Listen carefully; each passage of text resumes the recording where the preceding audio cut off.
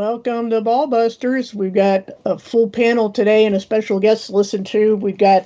I'll just go in alphabetical order, so nobody feels put out or anything. Adam Meekin, Arwen, Betty, Sleeping Warrior, Chocolate Saiyan, Dr. John D., Nathan Oakley, Ranty, Taboo Conspiracy, and myself, of course, and not last but not least, Quantum Eraser. What's up, everybody? What's going on out there? Hello. Hello. Good evening. Good evening. Hello. We got a great show for you guys today. It's going to be outstanding. Before we get there, if you'd like to support this channel, there's PayPal and Patreon links in the info box below. All of the work cited and credits for what will be presented today is in the info box beneath this video. And before I forget, because I forgot the last time, there will be no live show this Tuesday on the Quantum Eraser channel because it's New Year's Eve. So the normal schedule will resume next week. And that's it for the admin. Ben, Taboo Conspiracy. Big fan. How are you, sir? I'm wonderful. It's wonderful to be here with everybody. I've known some of you for a long time, so it's quite an honor. Thank you. You're very welcome, sir. Like I said, big fan of your work. Been subscribed for a very long time. I love your conciseness, right to the point, common sense approach, and you can't get out of it. That's what I love about it, sir. So welcome. The honor is on this side, sir. Thank you very much and kudos for what you do. Thank you.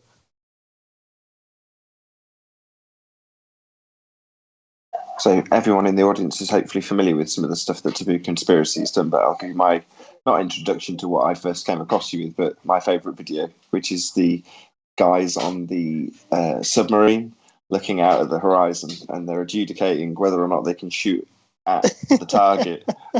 do you want to fill in the rest? I'm glad you brought that one up. That was just actually pretty funny because if you think about it, all the professionals in the world, especially like anyone in the military, that they would know full well about the supposed refraction idea that things are hopping over the curvature. You'd be able to explain it better than I can. The idea that if that was occurring, then all the people in in the military would know about it because they'd have to figure out whether they can actually shoot down that hit that boat or shoot that airplane or whatever it is that's supposed to be hidden behind the curvature, and that never happens. And I just hoped with that video that it could portray some of the silliness of that discussion. I mean, that's gone on to your latest endeavor, if you might call it that, which is Ballbusters Pro. And you've got various other similar things in terms of, is it sonar? Is that the correct terminology? Yeah, sonar. Getting a lot of context. It's just a lot of work to compile everything together and to do the interviews. I have to schedule it with Bob and the professional. And so it's been a lot of work. And unfortunately, it's taken a lot of my time. So I'm not putting out as many videos as I normally like to. Sure, but with respect to how much effort it is, and I appreciate it must be vast, the end result is akin to Mark Sargent's Strange World 22. Do you remember that episode? Do you know what I'm talking about? Well, his subject matter expert series? Yeah, exactly. So there was a few sort of pinnacle moments for Mark where he had just the best of subject matter expert on, and that particular show has been referenced to death by so many people, including Quantum Eraser. I'm sure you'll bring it up with the Type 2, I can't remember the name, it's the Sea Sparrow. But this was just as good, in my opinion. It was just as the sort of pinnacle of proofs from a creditable source in terms of what you were presenting on that particular Ballbusters Pro. Just heart-stopping in terms of like, wow, it really is. There's no arguing with it. Yeah, that Mark Sargent series was very instrumental in my I guess, I don't know, enlightenment to the flat Earth reality. It's just, and that's what I'm trying to add to, is to give people a clear avenue to share those things. The only criticism I would have with respect to Mark Sargent's videos is it has a lot of extra talking, a lot of extra. I mean, you have to watch some of those videos that are several hours long to catch a 10-minute interview, and I wanted to make those things much more concise that people could reference very easily and show to everybody. And I hope they do. I mean, if people haven't caught on in that respect to what you're doing, they should. It's something that's easily shareable, easily digestible, easily understandable, and undebunkable. So you can't really ask much more. So worth the effort, in my humble opinion. Yeah, after that sonar technician said that there's absolutely no curvature that's accounted for anything, that there is no acoustic shadow, that there should be, and there isn't. After we did that, I had 3 more sonar technicians email me and say, yes, that's absolutely the fact, that there is no curvature with respect to sonar. And one of them was worked in the sonar for submarines, and he says their submarine sonar equipment's much better than the ship ones. But if when you understand how the math works, getting lower where the submarines are, they could see 1,000 miles with their sonar equipment. My goodness, and there's no curvature. I mean, how much more evidence do you need? I would think that their sonar would have to be a lot better because they have no eyes down there. And I'm sure there are some topographical features that want to avoid. I'm just spitballing. Yeah, and you think that would be day one. Hey, you want to hide your submarine, hide behind the curvature. Oh, come on, guys. Terrestrial refraction fixes everything. You beat me to it. I was going to say in your comment sections, has anybody said, no, it's bending, the sonar's bending at 7/6 of the presupposed radius. I love it, Nathan. Yeah, I would say Arwin, go ahead. Arwin beat me to it. And I was just going to say Arwin got the credit there. He beat me to it. Too quick. To be fair, Nathan, they'd have to come up with. It's a bit like the 4/3 for for Wi-Fi transmission. They'd have to come up with a new fraction to account for all of the subtle differences, like with microwave. So maybe a sort of a 4/3, maybe a 12. A 12 over 7 or something, because obviously water would be slightly different and the light's in it, but just close enough to give them enough lift. Yeah, but the densities of the seawater, right? You'd have to do not only water but seawater, and then the different densities, correct? Yeah, you'd have to. Yeah, you'd have a different fraction. The Dead Sea, for certainly. At certain. Don't give away. Hold on. Don't give away too much detail. You might find they reverse engineer what you're now talking about. Yeah, that's right. Bullshit we get fed in about a month's time. Oh, come on. They can mechanize and flip around the statistics for density correlation with optics any way they like until they get it fixed, until they get it perfectly aligned with R. But this isn't optics. That's the beauty of it. Exactly. It's not optics that we're talking about here now. Yeah, you think about it. The absurdity of this bending over the curvature refraction, it applies. They'll say it applies with respect to the sonar. They say it applies with respect to the radar. They say it applies with respect to Marconi's radio transmission that 2,000 miles. They'll say it applies with respect to very high frequency radio transmissions for the Nicobine. They'll say it for everything, and especially our long distance footage where you can see a horizon that should be only maybe 2 miles away. That's further than 11 miles, and it gets so absurd. This idea that nature is trying to trick us into just believing in a flat Earth. I mean, come on. Exactly.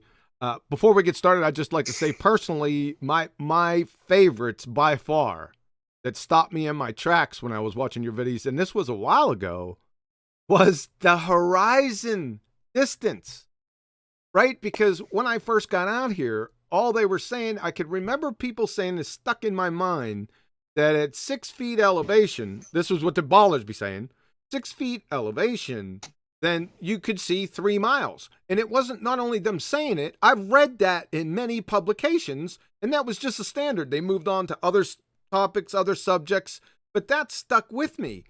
And immediately when I seen your videos, I knew what you were going to do. And I said, you beautiful bastard, you. How easy is this? An incoherent second grader can understand this the way you show it.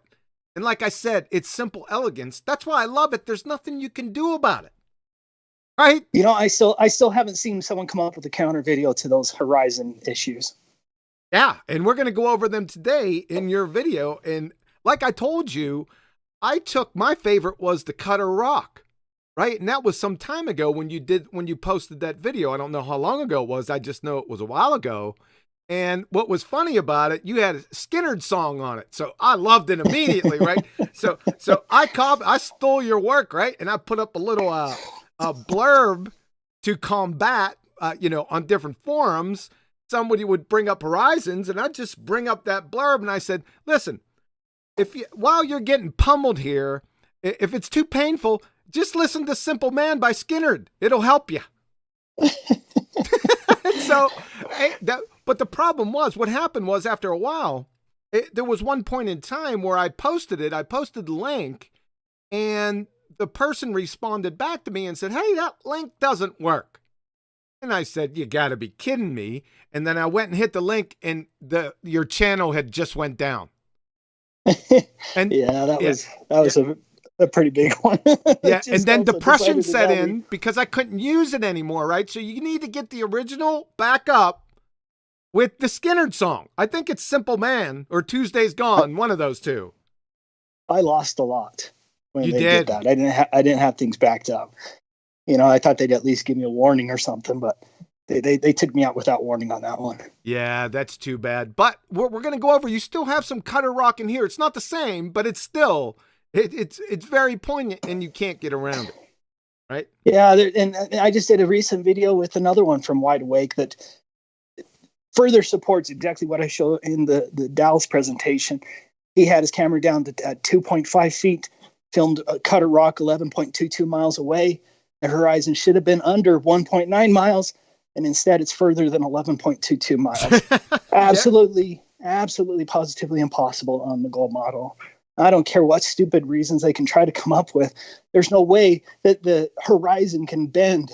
The entire rack should be hidden below a target hidden height of 59 feet, and somehow the Horizon disappear, the water in front of the bulge in front of this rack disappears and then reappears miles beyond Cutter Rock. I mean, it's absurd, absolutely absurd. But I guess if they want to hold on to their silly religion, that's their business. Yeah, and we're going to be going over that today. Just to let everyone know, that is what we're doing today. We're taking Ben's presentation that he made in Dallas at the Flat Earth Conference, and we're going to run that video. And then we're going to ask for comments from the group and Ben. That's what we're up to today. So, and hopefully some of the watchers, anyone who's watching and you have a great comment or a good question, not the scum propagandist questions, but a good question, please ask it. So does anyone else have anything they want to discuss with Ben before we get started? That usually stops everyone in their tracks, man. They won't say anything now. I'd just like to thank Ben for all the hard work he's done. He's done some excellent work, and I'm a big admirer. Is that Ranty? It is, yeah. Hey, Ranty, it's good to hear from you. I admire your stuff, too. You're out there in the cold, and everything's just filming and providing proofs all the time that there's absolutely no curvature where you are. There's certainly no curvature where I live, that's for sure. And shout out to Anthony, who he was one of the first ones that used to promote your channel. So, Anthony, are you out there? Let's hear that sound, man. Yeah, I don't know if I'm coming through okay or not. I don't know if I had noise before. I'm hoping it's fixed now, but yeah, I'm here. I'm paying attention and I'm listening carefully. You sound good. That sounds good. You're any problems? Anyone else with Anthony? No. Outstanding. That sounds good. All right. Anything else? Hey. All right. Anything I think we're else? all good. Should we rock and roll? Should we start the presentation? Yeah, sure. All right, Ben. Listen, like I said, this is going to be a quick turnaround for the first one. So just to be on your guard. Everyone ready? Here we go. Hello, everyone. Many of you have already seen my Romania presentation about the Flat Earth journey. I will cover much of that presentation here today, but with some new videos and topics as well for your consideration. As pointed out by Owen Benjamin, I'm a bit dry and technical, and I will repeat myself often, but I hope that you can nevertheless enjoy this discussion. I can't promise that it'll be entertaining, but I can at least say that it will be sincere. I only have 45 minutes, and so I will speak fast. Flat Earth is the catalyst to break the chains that mentally, spiritually, physically, and scientifically bind humanity. We Flat Earthers aren't anti-science. We Flat Earthers are unashamed truth addicts trying to free science from lies, faith-based, globe religious zealotry, and the heliocentric nonsense that has bound it for generations. Scholastically speaking, I'm a fairly educated person. I graduated from college magna cum laude, and I took astronomy in college. I have a master's and a Juris Doctorate. Up until just a few years ago, I genuinely believed in the globe and considered space and astronomy essential for the well-educated man. All right, sir. Yeah, astronomy. Love that. Any comments and questions? I know it was a quick turnaround, but any comments and questions up until now? And Ben, if you want to add on to anything, be my guest. I guess I don't really have much to add. I mean, I don't want to sit there and brag about my degrees or anything. I'm not that type of person, but I do have a lot of education. I took astronomy. I got my A in astronomy. I passed college. I did all of that. I went through the system. And so when I started researching the flat Earth, it just came up, and I started trying to debunk it like probably almost everyone has tried. You start to realize is how stupid the official model is. And you start thinking, well, I thought that maybe there's some sort of gravity detector that would, that we could, show hold up this machine and be able to determine where the Earth and where the sun and the moon are based only on gravity. There's nothing like that. It's just started going through, facet after facet, and you start realizing that the globe argument's absolutely stupid. Yeah. And the astronomy, right? We currently have a housekeeping question. It's still an outstanding question. No one's answered it. We're waiting for a single viable scientific hypothesis in the entire history of either astronomy, astrophysics, or cosmology. Been out there for about a month now. Guess what we've gotten back? Crickets. So that's what we got for astronomy so far. Okay, any other comments from the group? Just got one quick one, just to follow on from Ben there, really, and it's probably fellow geekiness with regards to the point of, you do look at it, and I think Ben's probably similar to me in that when he alluded to there, looking at gravitational things, there would be differences, and looking at the mathematics of it, when you do bother, it becomes, for those that are a bit geeky, it really does undermine everything that they try to portray as reality, because those things that they do tell you that are there, you can calculate. I did it with, ball earth, carousel, and the lights, and you can sit there and do the maths, and some of us do. And I'm thinking Ben's similar. And when you do, it really does underline the point for yourself when you test it yourself in there. Absolutely. I think Betty might have a couple of super chats to shout out. If you want to do that, Betty.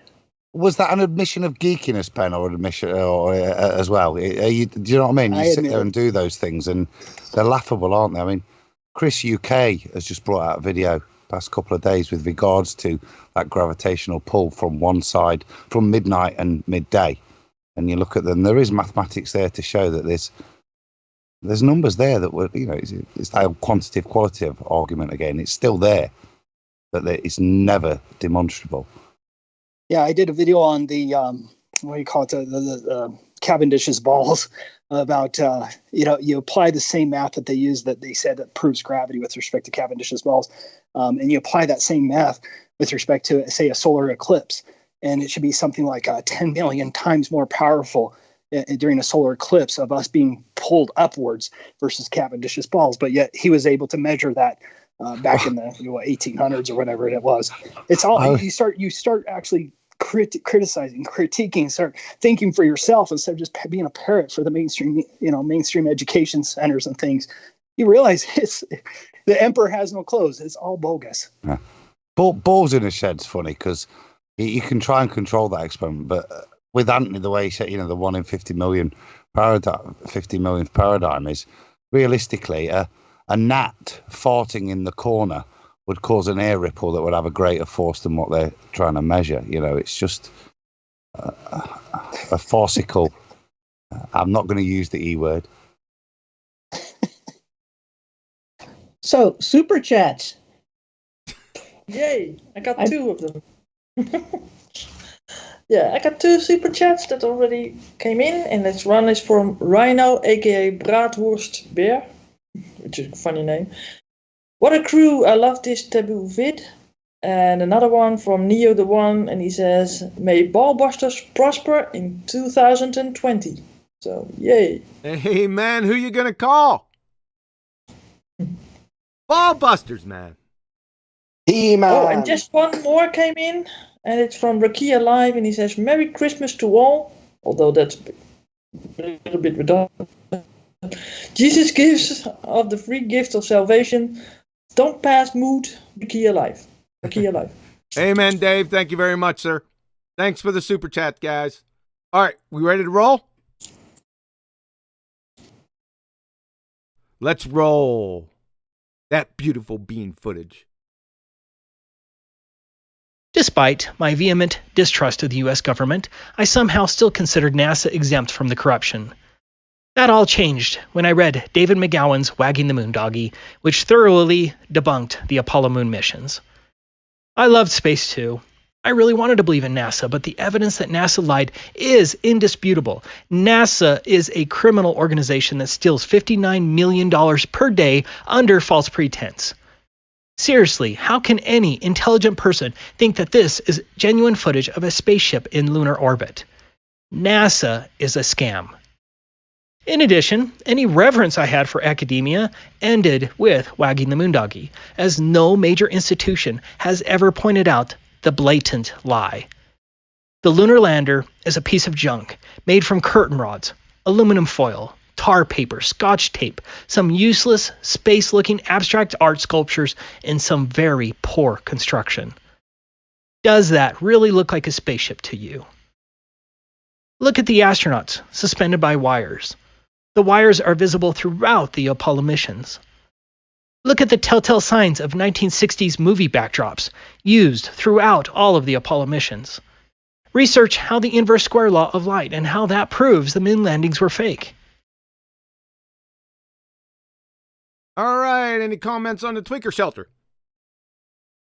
No, I show my parents that first clip that you used when it's like twisting through these various axes, blatantly a model. It's just criminally obvious. Yeah, I gotta add that was my favorite part, especially when you said, "How can anybody believe that this is actually a satellite in space?" And it's sitting there twisting around, and I'm like, "Wow!" Like I even just put in the chat, grown folks still believe this. It's unbelievable to me that people believe that that's going on. So great job. That lunar lander, especially. I mean, if you sat down to design a lunar lander, how you would ever come up with something with all these little, like you say, with the cardboard and curtain rods and just things just glued on to something. It looks like you would have probably a smooth surface of something really thick. How did any of that survive, even if they just say, well, it was enclosed in the capsule until it got to where it was supposed to land, but it still had a bunch to go through before it got there, not to mention not a speck of dust anywhere, but yeah, who would design something like that? It's just unbelievable. Same with the ISS, really, but nothing's changed. Has anybody got anything else? I've got one more point if nobody else wants to go. I got something from this last slide. Can everyone see this slide? I have to admit, Ben, this is the first time that I've seen something like this about the illuminance of the moon. Can you briefly go into this Yeah, essentially, there's an inverse relationship. So, with respect to the moonlight, the moon is supposedly 376,285 kilometers away from the Earth, but it has a luminance up to 1 lux. You plug in the numbers, and you get up to a lux that's so I hate to even use the word astronomical, that it's just absolutely, if any once they got near the moon, if they were supposedly the Apollo astronauts were near the moon, it would have been so bright, it had been like landing on the sun, much even worse than that there would absolutely be no photos whatsoever. So it's absolutely using their laws, the inverse square law of light, to prove that there's absolutely no way that they landed on the moon. I think it's an indisputable proof, but maybe some of the others have comments on that. I'll quote Red Dwarf, Nathan, smug mode. You bastards, I just wrote down what I wanted to say so I didn't forget. Sorry. That's my point. Ben goes and does the maths, and I mean that's a great one to backwork maths to suggest how bright the moon must have been. They must have had some seriously good Ray-Bans. You know what I mean? Oh, that wasn't my point. I was going to say, thank God for that. I was just going to say that the model work in Red Dwarf is far superior. So what you're watching, that clip I mentioned that I showed to my folks, it's just model work, and you can see far better examples of model work on shows like Red Dwarf. However, and I don't want this in any way to detract from what you're doing or anybody else that's covering NASA and their fakery, because it is good in terms of the exposure of that. However, for those of you watching in the audience, there's no necessity to necessarily have these arguments on account of the fact that claim to be spaceship, i.e. model that we've just discussed, is claimed to be in the sky vacuum, a violation of a natural law, the second law of thermodynamics. So instantaneously, there is actually no necessity to debunk the LM or the lunar lander on account of the fact that journey and those props are claimed to be in a second law of thermodynamics violation. So just wanted to drop that in. Yeah, and the fact that they show zero video of that lunar lander actually being stuck in a vacuum, as even they admit that it failed its pressurized test when they tried to run it through a pressurized test, and it failed. But they didn't even make any design changes afterwards. They just fixed the holes and went ahead and still used it. I mean, the lunar lander is the most laughable piece of junk, and it just actually makes me cringe. The fact that any intelligent, reasonable, objective person could believe that piece of junk went to the moon in the vacuum of space and could survive those conditions is just asinine. And I actually feel embarrassed for them. It's a substandard. It's a substandard tweaker shelter. Yeah, but that's it. That's the bit they want, Ben. Sorry, what they want you to do is have the argument about whether or not it would survive in the vacuum of space, because then the argument becomes about whether or not it would survive in the vacuum of space rather than whether or not the vacuum of space is real. So, in my opinion, having considered this greatly, why would they make it so overtly obvious? Why would they make it so poor in terms of quality and believability? Well, because that isn't the purpose. The purpose isn't about whether or not that thing is real. It's about you having the discussion about whether or not it would survive in space. So it's akin to the argument where they have rockets, whether or not rockets will work in space. So you have a back and forth argument, or we have back and forth arguments on the debate about whether or not the rockets would work in the vacuum of space. And at the end, you win because you prove rockets won't work in a vacuum. But both parties are still begging the question that space is real and the sky is a vacuum. So in my humble opinion, a lot of the fakery is so poor because it doesn't actually matter whether or not you believe that thing is actually capable of going to the sky vacuum in terms of the pressurization tests example, because the main purpose is that you understand that the sky is a vacuum at the end of that debate. So anyway, a very good point. I agree. When you use their terms, you actually give them the presupposition that the space actually exists. Exactly. You can't have tweaker shelters in Narnia. Precisely. All right. We ready to roll? This is a good... I'm going to spend a little bit more time on this on my own time. It's excellent, though. I really like it, Ben. All right. We ready to roll on? Any other comments? Here we go. Then around April 2015, I had a larger paradigm shift. A friend of mine and a fellow NASA moon landings debunker, who many of you know as Jibby Jedi, sent me an email to check out a video by Mark Sargent. I was highly skeptical, but I soon realized that there was enough substance to the flat Earth that we needed a Socratic debate on the subject. Accordingly, I opened a debate on an internet forum where I invited flat earthers and globe earthers to present their best cases. At that time, I thought the flat Earth was a government-controlled psyop to discredit moon landing debunkers, and I wanted to save my fellow truth seekers from the government psyop. Wow, was I wrong. The flat Earth arguments were well-reasoned and substantial. Globe Earth arguments were circular, specious, and vacuous. I thought the globe advocates, whose numbers far outweighed the flat earthers, would destroy the flat earthers. But instead of presenting a strong case in favor of the official globe narrative, globe supporters relied on name-calling, fraudulent videos, feeble presuppositions, strawman arguments, conformity, and incessant appeals to authority. From the beginning, I heard the best case the globe had, and it was shockingly pathetic, and it still is. We already... That's right. Shockingly pathetic. That's a good mind shot of what this is. That's all we've been getting. Unbelievable. Comments, questions? What does specious mean? Specious? Yeah. Lacking in logic, faulty reasoning. Like fallacious. Yes. Specious. Like it. New word.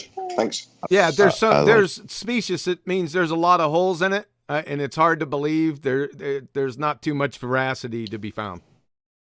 Superficially plausible, but actually wrong. Well,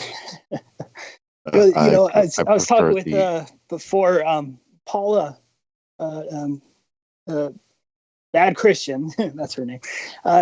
She and I have been on these forums for a while, so she knows the whole story about how we were banned on several of these alternative websites for even discussing the flat Earth. Right, Paula? Yeah, we were shoved in the basement at one place and just outright banned from another. It was Godlike Productions and Lunatic Outpost. Yeah, they wanted us in the basement in the ghetto among the name Lunatic Outpost, and we were too lunatic for them. There you go. I couldn't believe how bad we were censored there. I mean, you could say that, Bigfoot, you're having a sexual relationship with Bigfoot and you had, Bigfoot children, you could say any nonsense there, but flat Earth, we were shut down. No, Paul and I go back for a few years now, so those were some good times. Yeah, for a while. Yeah. Yeah, all right. Obvious gatekeeping. I loved when you call the globe arguments vacuous. That was very I think it was well placed. Vacuous, like the empty space of the vacuum that they believe, the sky vacuum they believe they live in. Yeah. Their globe arguments are like that. Empty. Without a container. Yeah, definitely without a container, right? And the thing is, I could, and you probably could all say the same thing. I could give the globe arguments better than any of the globe propagandists out there right now. I mean, I know their arguments because I really wanted to debunk the flat Earth, and you start researching, you start looking into it, and you're like, wow, it just fails and fails and fails again and fails again. Well, just once you open that critical eye and objectively look at the evidence. Yeah, it's kind of like you have no choice, right? You have to, when you get into this, you have to kind of learn the globe even better than you knew it before in order to debunk it. It's the only way to debunk it is to really, know it, understand what they're trying to tell you, and then match that to reality. And it's easy after that, if you have the intellectual honesty to deal with what you come up with. So, yeah, man. Anything further? We got another super chat. Yeah, true. It's a long one. It's from Mark Croft, and he says, consider looking into the American polymath genius Charles Sanders Peirce and his gravity measuring work, and then between brackets for U.S. geology, and then, I don't know, engineering projects and rejection, career damage, and focal pendulum FAD, F-A-D. Don't know what he means by that. Rejection of the focal pendulum fed. Yeah. Okay. Thanks for the super chat, man. All right. Any other comments?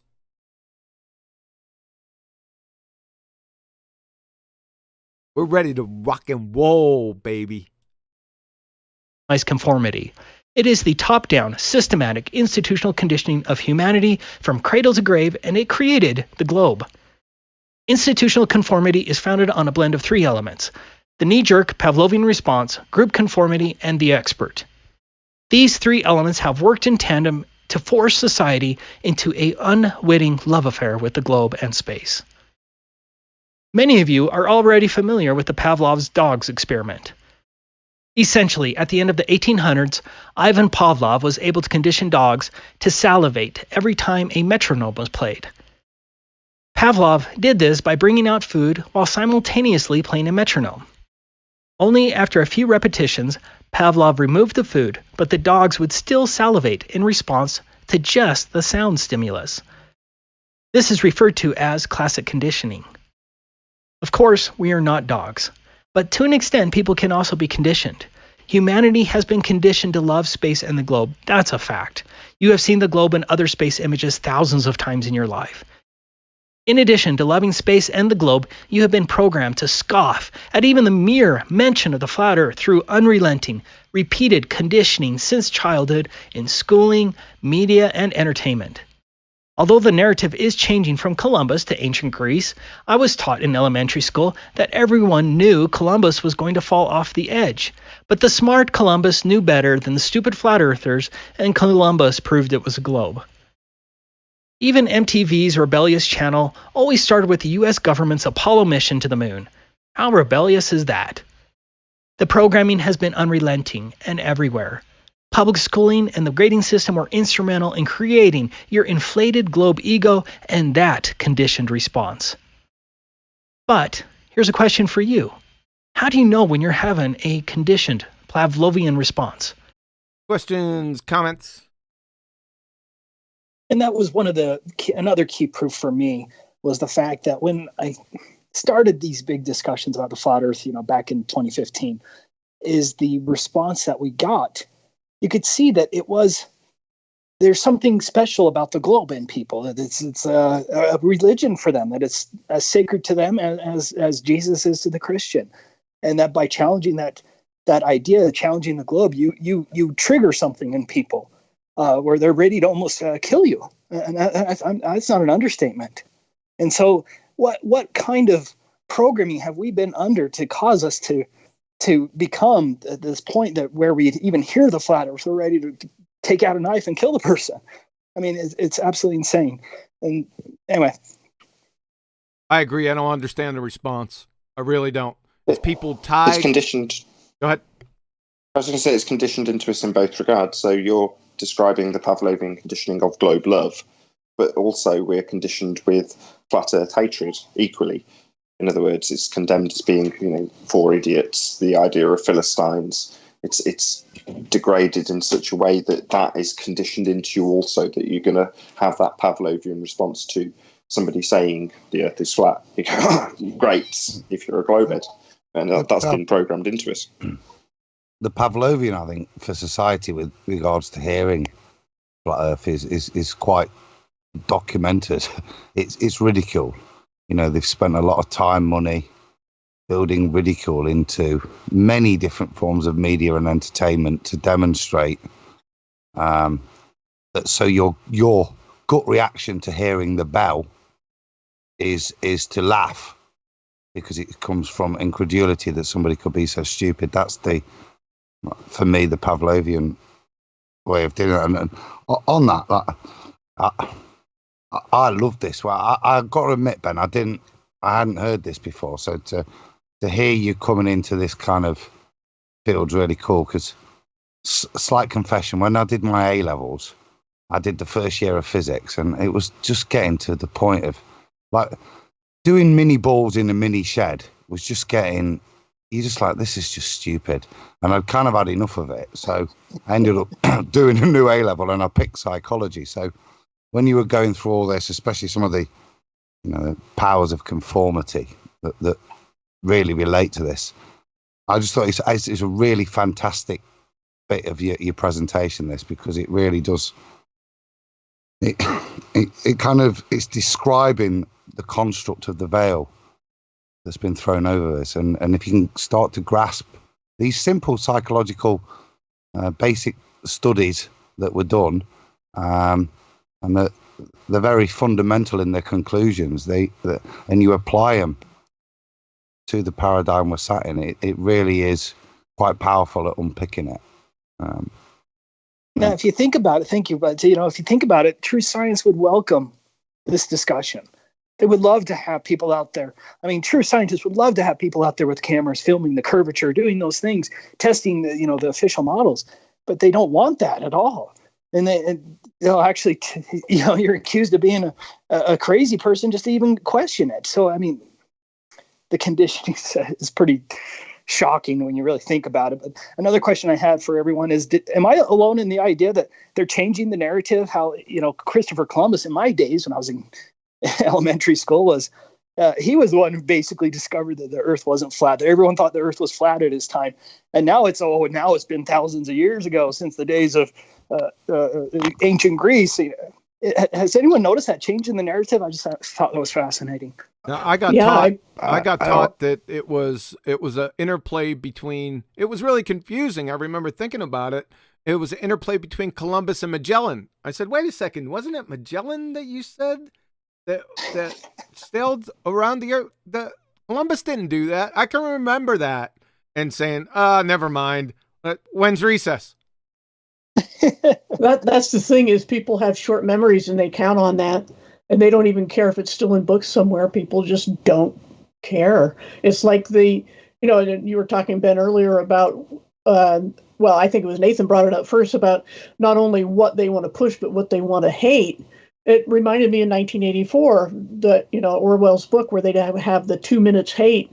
And it was, the same thing, that's the principle that Orwell was getting across. And also in the movie The Island, on the positive side, where they would, all the clones were told that they would really love nothing more than to go to the island.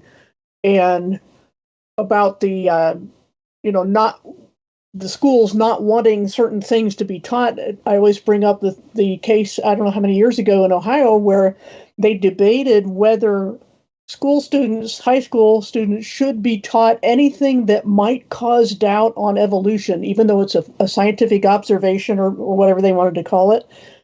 They had to debate whether or not students should be aware of problems with the theory. And to have that debate at all is a tell on what they're afraid of, because they can't have people thinking freely. They can't have people remembering, going back to 1984 in the memory hole. It's the whole thing that we've been told about in fiction and in movies and books and all sorts of things that we keep falling for, is the sad part, that so many people, most people, keep falling for. And how to counter that is another movie quote from Ben-Hur: if you want to fight an idea, you have to use another idea. And that's kind of what we're doing. But whether it catches on, depends partly, at least, on how hard we try and how willing we are to take the consequences. And that's hard. It just is. Point of order, Your Honor. You said the theory of evolution. There is no scientific theory of evolution. You didn't see my air quotes. Never was, never will be. That's just point of order, Your Honor. Carry on. Yeah, air quotes were not recorded by the court reporter, so it's not my fault. And listen, I want to apologize to the audience too, and I already did to Ben. There was some administrative issues with copyright and community guidelines. I was going to show the video. Everyone's seen it. of the people Ben had it in his presentation of the woman who goes, I think it's in a doctor's office, and there's a bunch of people in there, and they all stand up for no apparent reason. And after a couple times of them standing up, the woman starts to stand up, right? So all those people leave, and that woman that stood up, she started it all over again with new people coming in. So that was the group conformity part. I know everyone's seen it. I had to bypass it for admin issues. Okay? And we do have super chats. Go ahead. Yeah, true. This one is again from Mark Croft. And he says, Charles Sanders Peirce, by the way, devised the Peirce quinquennial projection map, still in use for air pilot navigation systems. I'll tell you what, you got your panties in the bunch over this Peirce guy. I'm going to have to go get his name and research it. Thanks for the super chat. All right, we ready to roll? Milgram summed up the experiment as follows. The legal and philosophic aspects of obedience are of enormous import, but they say very little about how most people behave in concrete situations. I set up a simple experiment at Yale University to test how much pain an ordinary citizen would inflict on another person simply because he was ordered by an experimental scientist. Stark authority was pitted against his subject's strongest moral imperatives against hurting others. And, with the subject's ears ringing with the screams of the victims, authority won more often than not. The extreme willingness of adults to go to almost any lengths on the command of an authority constitutes the chief finding of the study and the fact most urgently demanding explanation. George Orwell spoke about the expert this way. It will be seen that my reasons for thinking that the earth is round are rather precarious ones. It does not rest on reasoning or on experiment, but on authority. Most people, if asked to prove that the earth is round, would not even bother to produce the rather weak arguments I have outlined above. They would start off by saying that everyone knows the earth to be round, and if pressed further, would become angry.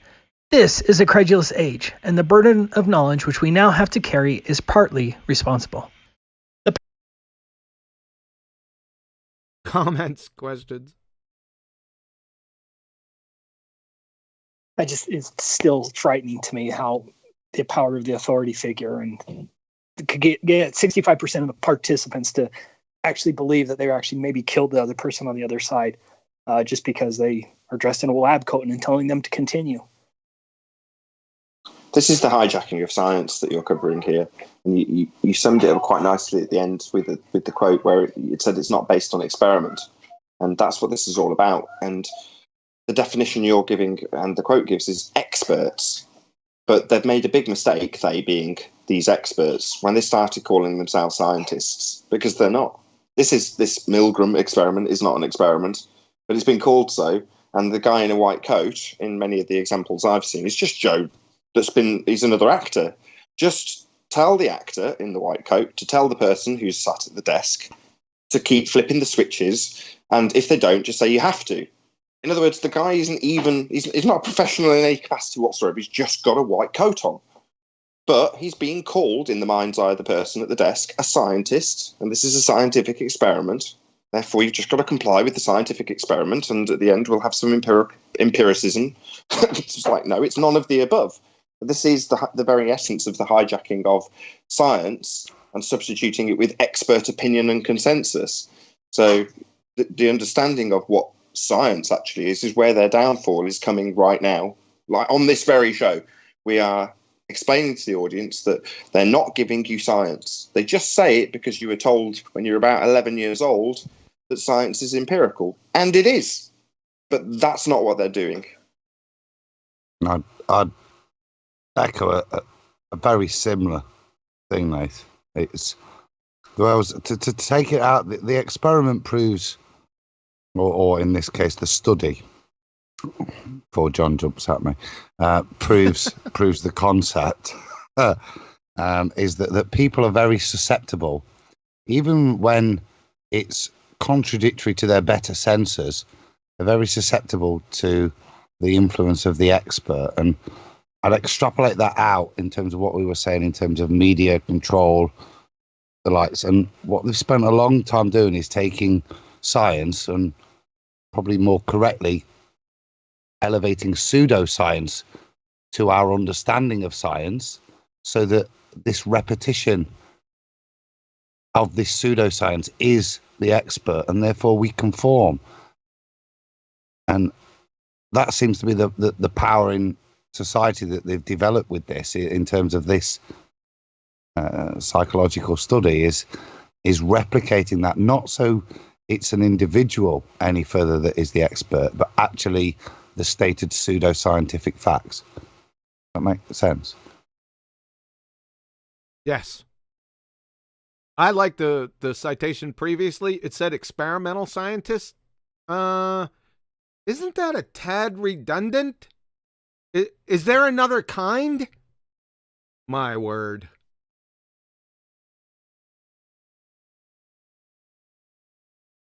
Any more for any more? Any other comments? I do want to add on that Ben was talking about before about narratives changing. Well, I don't know if you've encountered it, but there seems to be a narrative that has changed greatly. I'm sure when you got into this, you heard there's all this science that proves the globe, right? That's what we heard all the time. And lately, it's kind of changed. Now it's science doesn't prove things, right? So the ball argument has gotten to the point where now they're trying to convince us that science isn't static. It doesn't prove anything. It's flexible. You could just do this and it proves that. And then you could just do whatever you want with it, because I think they've realized their arguments have failed them. And now they need that wiggle room to get out of the mess that they've made, because their arguments have failed them, and it's failing them every day. And now they're actually arguing that science doesn't prove things and that you can't actually establish cause and effect with experiments. So, yeah, the narratives are changing all over the place, man. I think this is what we see every day with the trolls in the chats. As soon as you try to talk, someone makes a claim and you make a counterclaim, and then they say, that isn't what I said, and change it and try to switch sides in the argument. And it's just a daily occurrence. And of course, this is what they're conditioned to do in the schools, but, mainly parroting, but the technique or whatever, that's too good of a word for it, but the tactic is the same. It's just on a smaller scale. But that's why trolls do what they do, because even if they're not conscious of it themselves, as the people who instigate these things are, they still are having the same effect, where they just keep us like cats chasing a laser dot, always moving the goalposts, always modifying their argument so that they can claim that you don't understand, et cetera, et cetera. And this is just it is in a way a grand psychological experiment, and some of them will even say that in the chats. They'll come and say, "Well, we're here to study you," or this or that, and I can half believe it, because it is a study in psychology to see how people entertain the trolls, or get upset if you don't entertain the trolls. Oh, you're censoring. There's always something. It's the same principle. I caught on to that little game. I caught on to that little game a while ago, and then started about 1.5 years ago, 2 years ago, and everyone's seen it.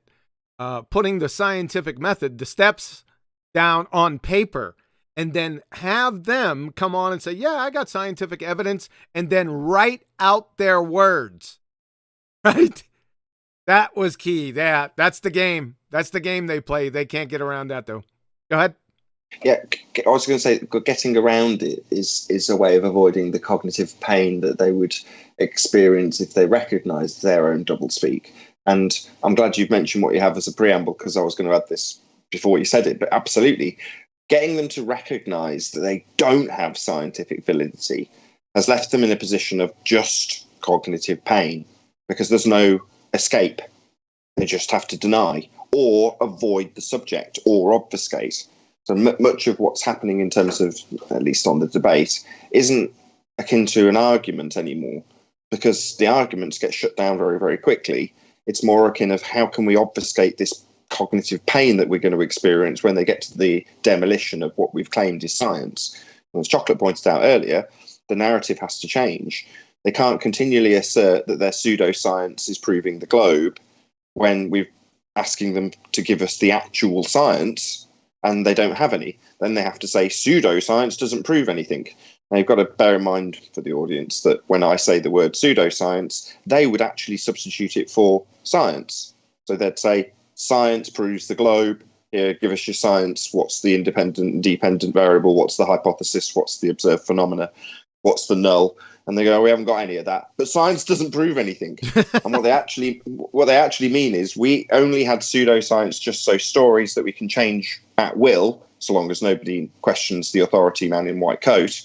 And when it's questioned or asked for actual science, we'll just boldly state that science doesn't prove anything. Yeah, it does. You just don't have any, globe heads. Exactly. You got it. All right. We ready to roll? Here we go. Power of institutionalized conformity is evident in the following example. In this video, you can hear the child proclaim that the so-called space rocket is actually falling down, as it truly is. Just listen. It's drifting. That's bad. It's doing good so far. Is it? Is that what always happens? Does it always go like that? Yep. It looks bad to me. It's in space. Or is it? Is that it? Yep, I think that's it. Rockets don't go to space. They arc and fall into the water, as you can see in numerous examples. The child gets it because he hasn't been programmed extensively enough to unquestioningly accept NASA. Instead, the adult won't allow himself to question his many years of space indoctrination, even though his eyes tell him otherwise. Here's from another video with a different child. The child keeps stating that the space shuttle rocket is going down, but the parent tries to explain it away as though the Earth is churning. Right in the middle. Oh no, it's going down.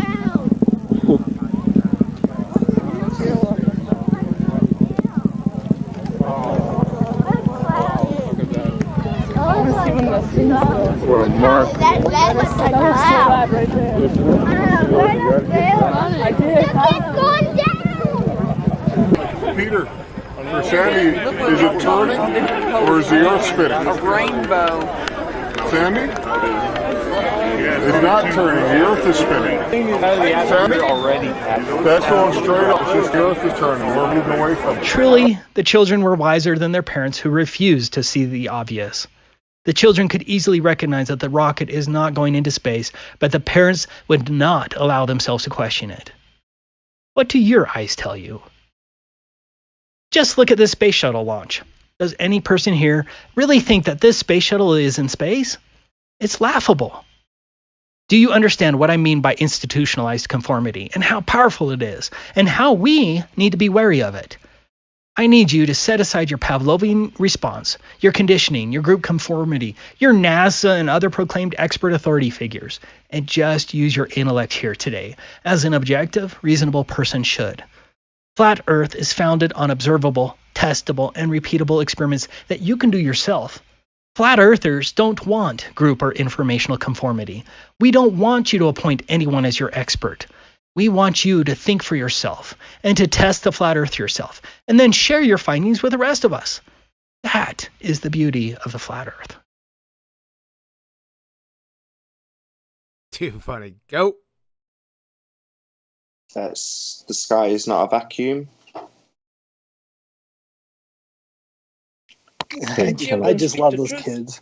Can I add? Yeah, I was just going to say the kids are the best part because they, with their innocence and just common sense, can look up and see these things going down and just say, it looks like it's going down. It looks bad. And then you have the adults sitting there arguing, is the Earth turning or what's going on? Like, it's like these kids can figure it out and grown adults can't see the problems in this. It's amazing. They're cute. They're cute at that age. And yeah, first clip, especially the top of the arc of the smoke trail, isn't even as high as cirrus clouds. I mean, it's just above the cumulus clouds. So that's not that high. I mean, weather balloons go higher and they go straight up. So, yeah, anybody with just thinking and common sense, whatever that is, would see that that did arc way too soon, and it had nothing to do with Earth spin, because the clouds weren't also, being dragged along by Earth spin.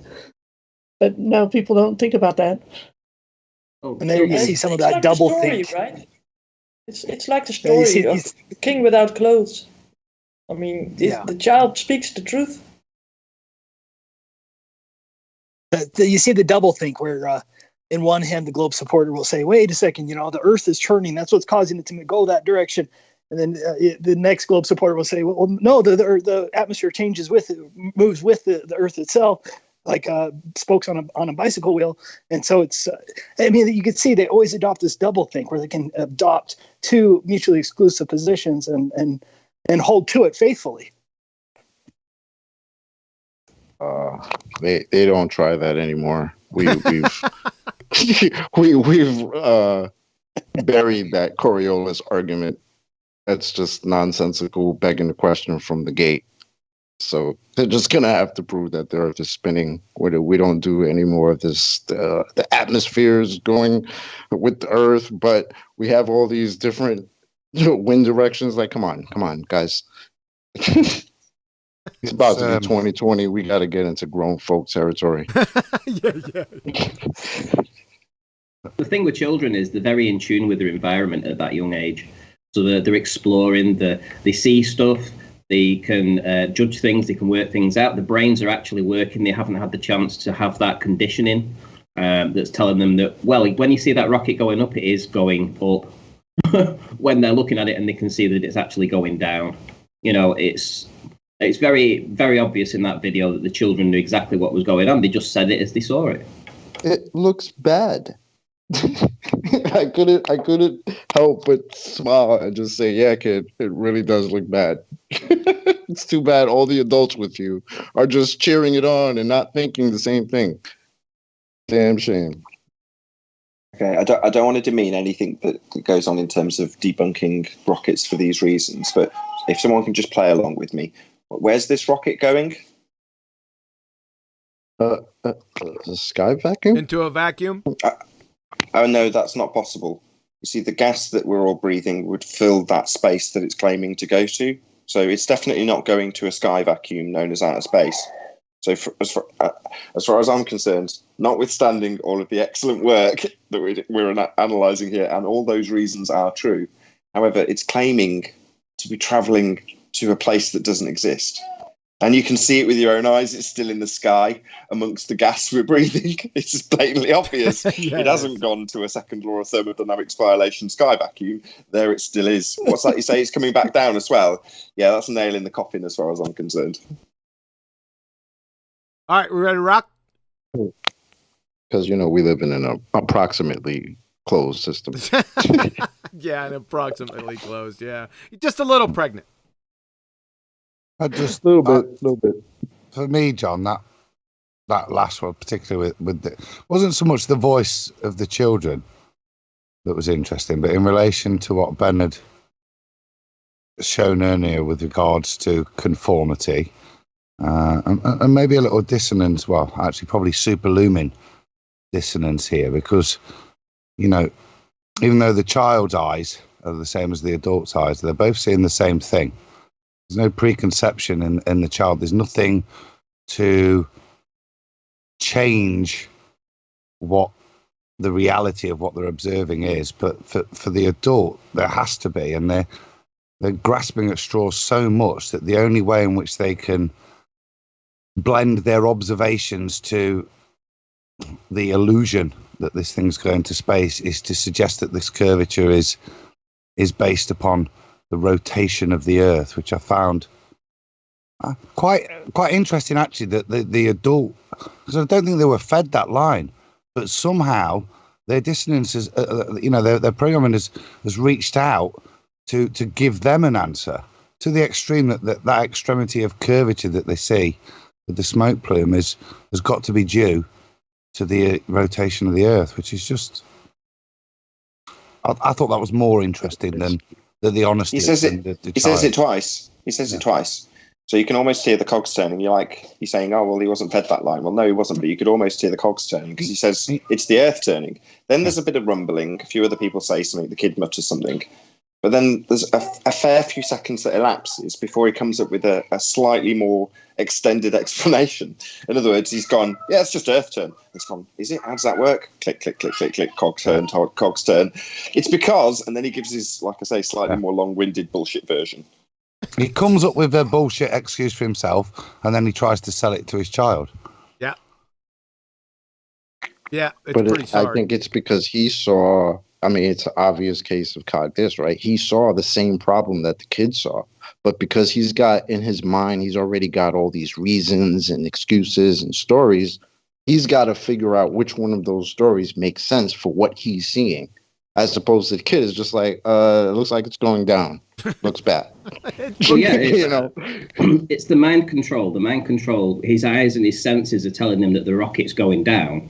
And the rocket isn't going to space. In fact, it isn't going straight up anymore. It's actually going level and then starting to come down again. So his eyes are telling him that. But the conditioning, the brainwashing that he's had in his entire life is then saying, no, you're wrong.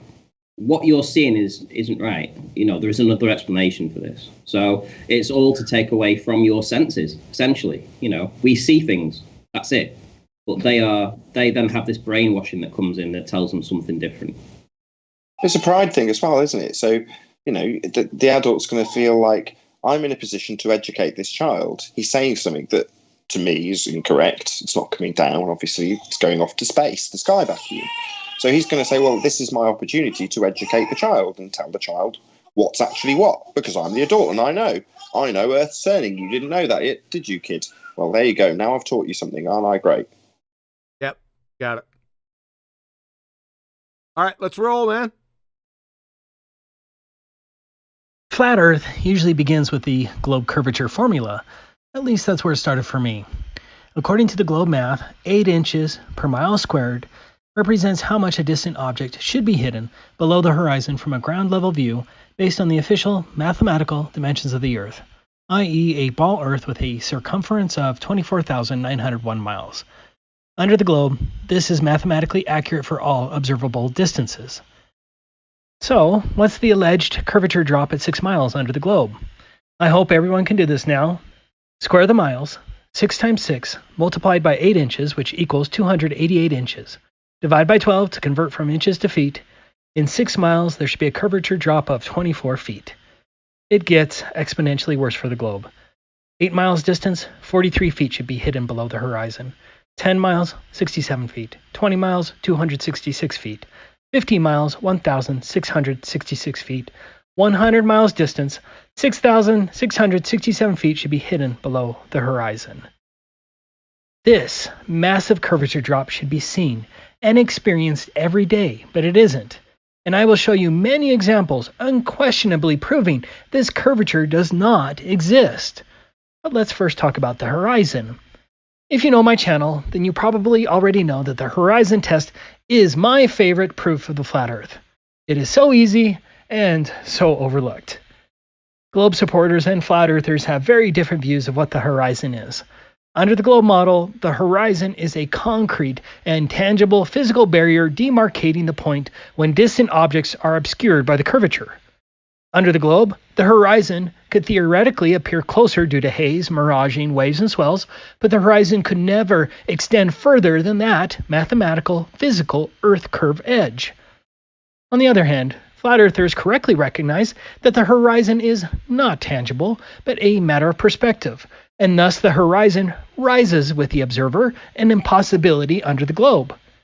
The fact that railroad tracks meet at the horizon proves the horizon is a matter of perspective. Of course, haze and poor viewing conditions reduce the distance to the apparent horizon, but so long as we have a nice clear day without miraging, we can test the globe horizon and determine its veracity. The globe fails miserably. The distance to the globe physical horizon is roughly 1.225 times the square root of the height of the observer. But you can also use a calculator. This globe curvature calculator calculates both the distance to the horizon and the amount that should be hidden behind the alleged globe curvature. Both of these calculations can prove the flat Earth. You've probably seen the 8 inches per mile squared curvature chart many times, but here's a quick distance to the horizon chart to help you get familiar with the numbers. For example, a person standing on a shore at 6 feet above the water should not see a horizon beyond a mere 3 miles under the globe model. That's definitely measurable if there was such a globe horizon. All the observer needs to prove the flat Earth is a pair of binoculars. But here's a clip where National Geographic was less than honest with its viewers. If you're intelligent, you already caught the problem. The horizon is beyond the flag. Therefore, absolutely none of the flag can be hidden behind an alleged curvature. That's impossible. I hope you understand that. National Geographic went to that lake to prove the curvature, but instead proved that National Geographic is a purveyor of disinformation, and there are so many more like them.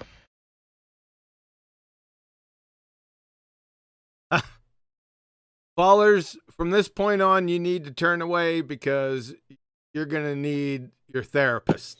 I'm just going to tell you that. Questions, comments? Yeah, that National Geographic flag was absolutely exceptional. The fact that the horizon is clearly visible way, way further in the distance behind the boat is so damning to their own version of what they actually saw. In actual fact, it supports the idea that things get compressed when they get low down towards the water. In fact, that flag, we saw all the colours on the flag at the bottom, but they were certainly compressed in the last two regions, the last two layers, the different colours there. But clearly, as I say, the horizon just extended beyond that. So all it was showing that there was an optical effect that happens on objects over water, for sure, obviously compression, but the horizon was so far away, completely debunked their claims. It's over with there and then. I've had quite a few people try to change the definition of what the globe horizon is. They'll say, "Oh, yeah, it is a matter of perspective," but they're still stuck with that fact that they claim it's a physical barrier. And so their perspective, if they're actually considering perspective, it would only lessen that amount. It could not actually increase it. And so it's actually kind of entertaining for me to see them try to explain away how this horizon is seen so much further than it should be possible under the globe. And when I say maximum distance, that's the truth. They try to change that and say, "Oh, that's not the maximum distance because you have refraction." No, that has to be the maximum distance because any wave, any haze, any atmospheric condition will only shorten that distance. It cannot increase that distance because that is the physical barrier. And to nail home the point about this horizon and the fact that you can see further, that's actually showing that you have flat and level water. And what's the one thing that you can't have on a globe with the circumference that we're told and the way that gravity is supposed to act? You can't have flat water. You cannot have a horizon further than the designated distances told us, 8 inch per mile squared. We can't have that. Otherwise, you have flat water. If you have flat water, you have no gravity. No gravity isn't affecting the water. It's not curving at 8 inches per mile squared. So it's over with there and then. This horizon test is absolutely a killer for the globe. Simple as that. It also highlights the bait and switch aspect of what they're doing when they talk about their reified sphere model and their leading edge of the sphere. So they're saying the leading edge of the sphere will obscure a certain amount that's behind that hump between you and your target. Well, in actuality, our horizon is not the leading edge of a sphere. It's a not actual location where the sky appears to meet the ground, the vanishing point, the diffraction limit, whatever you want to call it. It's not an actual location. Now, when Neil deGrasse Tyson's got his beach ball and he's talking about not being able to see curvature from only a millimetre above the beach ball, that's the bait and switch. Because on their model, their leading edge of a sphere, if you were to literally hold a ball in front of you, you can see their edge. But that isn't what we get in actuality. In actuality, we have a horizon over water, or if you can see at any great distance, you're not looking at the edge of physical obstruction. And this was detailed right at the beginning of the show when we were talking about the sonar. You're not looking at a physical obstruction. You're looking at the diffraction limit. They've hijacked that point, the horizon, and called it the leading edge of a sphere model. It isn't. I love it where you say, show us the edge. You know what I mean? They're the ones who believe in this crazy edge that does not exist. Yeah, I completely forgot about that. I will thank you, Ben. Yeah, absolutely. So in the last few debates, I've been highlighting the fact that we are charged with an edge as flat earthers. Where's your edge? Take me to your edge, fundies. Well, if I could get someone to take us to the edge and take video footage, well, if you've got video footage and it's live, I might believe in an edge. Well, I've never mentioned an edge. I don't know what the hell anyone's talking about. I realise there's plenty of people with azimuth or equidistant projections that are reified in their flat earth worlds. That ain't me. I don't have an edge. I don't know what you're talking about. What bloody edge? But they do.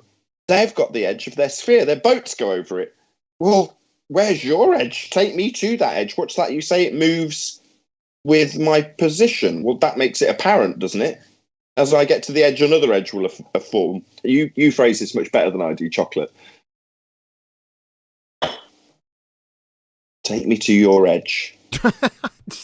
You put Chocolate on the spot, man. He does. Well, Chocolate, I don't know how he phrases it, but this is one of those times that you hope Chocolate will summarise my point better than I will. But the point is that they have an edge that they can't get to.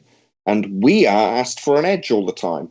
Well, isn't that a shock? You know, the best form of defence is attack. So rather than defending the fact that they've reified their globe model into the edge they call the edge of a sphere, and in actuality, the horizon, why not just ask them for an edge? That's a much better tactic, isn't it? Ask them continually for edge, and hopefully no one will notice the fact that we're reifying the horizon into the edge of our sphere model.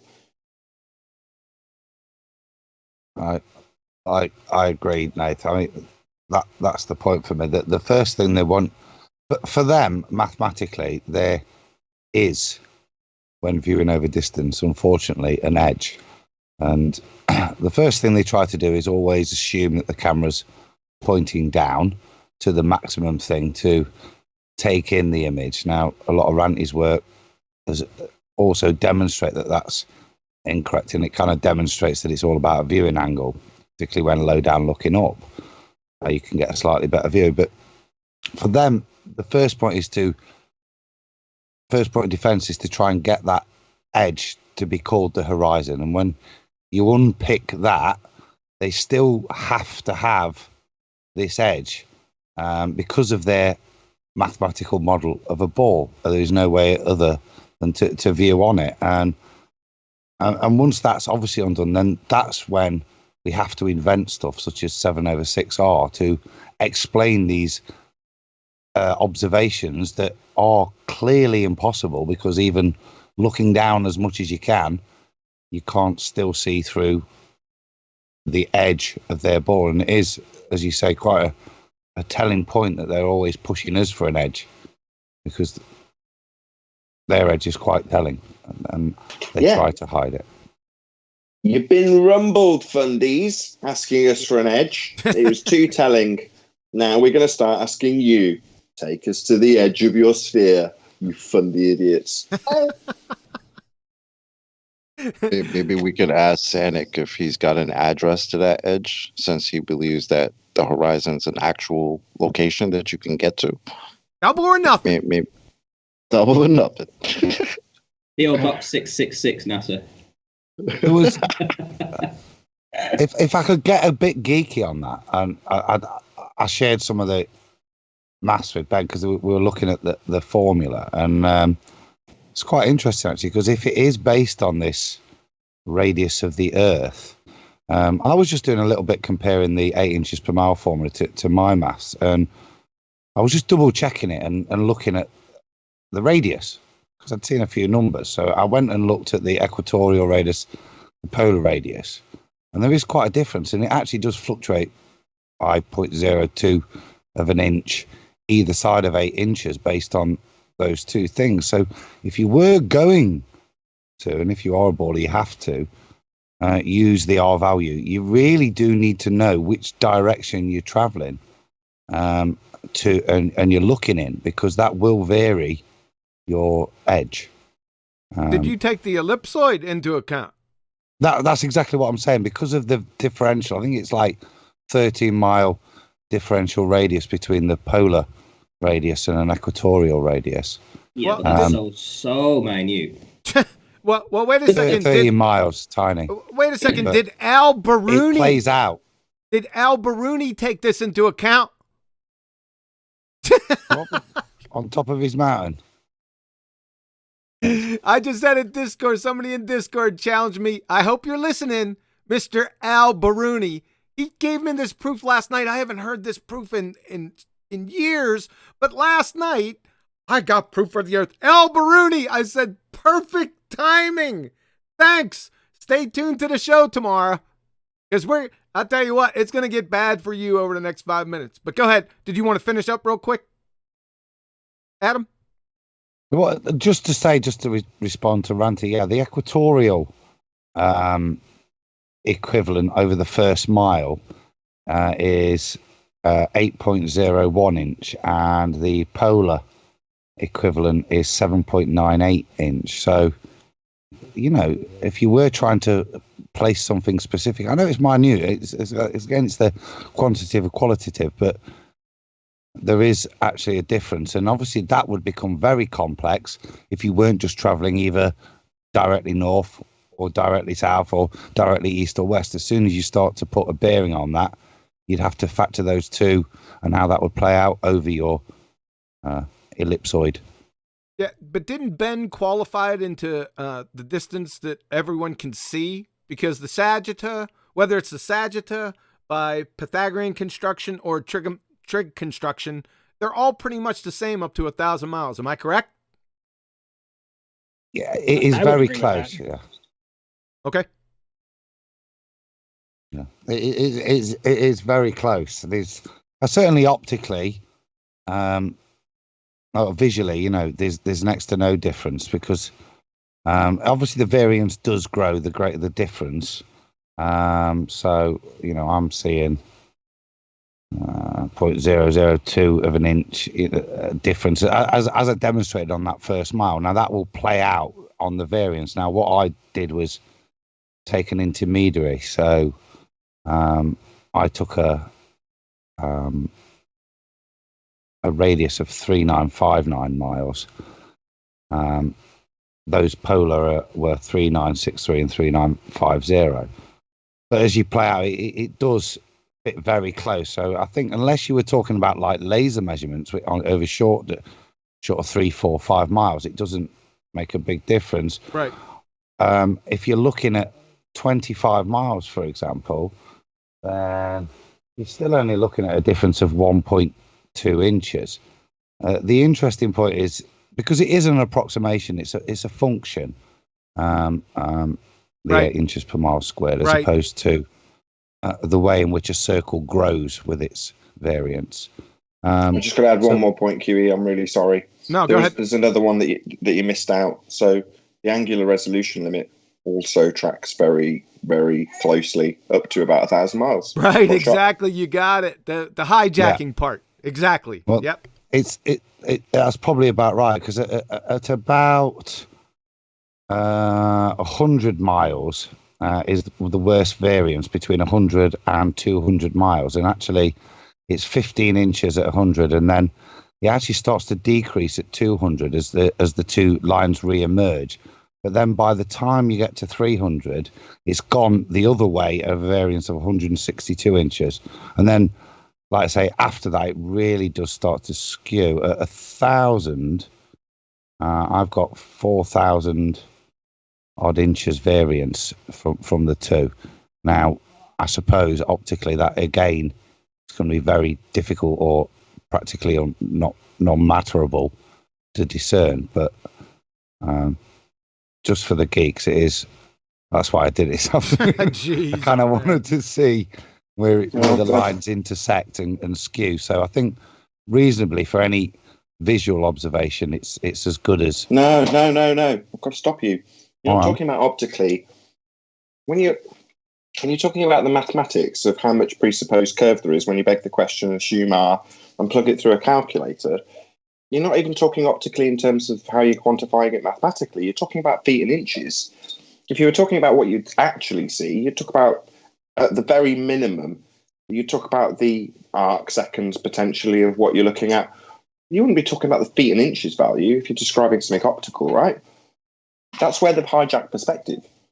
Right. Sorry, I meant observing, Nathan. Sorry, I was meaning if it was just a visual observation, the differential between the actual and the approximation of 8 inches per mile is negligible. Right. It would only be if you were using equipment that the variance I'm demonstrating would be of any real significance.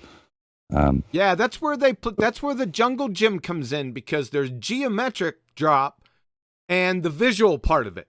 See, there's an interplay between those two, and they get in there and start using the jungle gym, right? We caught you. You hijacked perspective and called it curvature. We caught you about 2 years ago. It's over, right? So, can we continue? We do have one super chat, I think. Okay, go ahead. Yeah, we got one again from Mark Croft, and he's talking about that Charles Pierce. Sanders Pierce again. And he says he was ruined and suppressed by the official astronomer and slow-wit fraud Simon Newcomb and kept off the transit of Venus expedition. Newcomb was the mentor and controller of Albert Mickelson's career. Ah, very interesting. All right, I'm gonna. So this guy might know some. Maybe he wants to do a little presentation about this guy. About Pierce, right. Yeah. He's got me interested. Keep on super chatting this Pierce. You're gonna force my hand. All right. We're gonna have to continue. Pick up the pace a little bit. I do want to. I do have a public service announcement. Viewer discretion advised.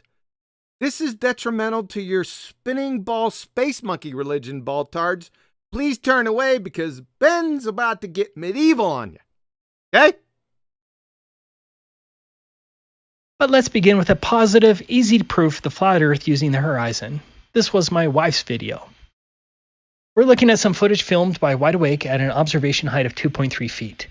At an observation height of 2.3 feet, the distance to the horizon under the globe model would be a maximum distance of 1.86 miles. That is very short. We are looking at the Bayport Channel entrance light.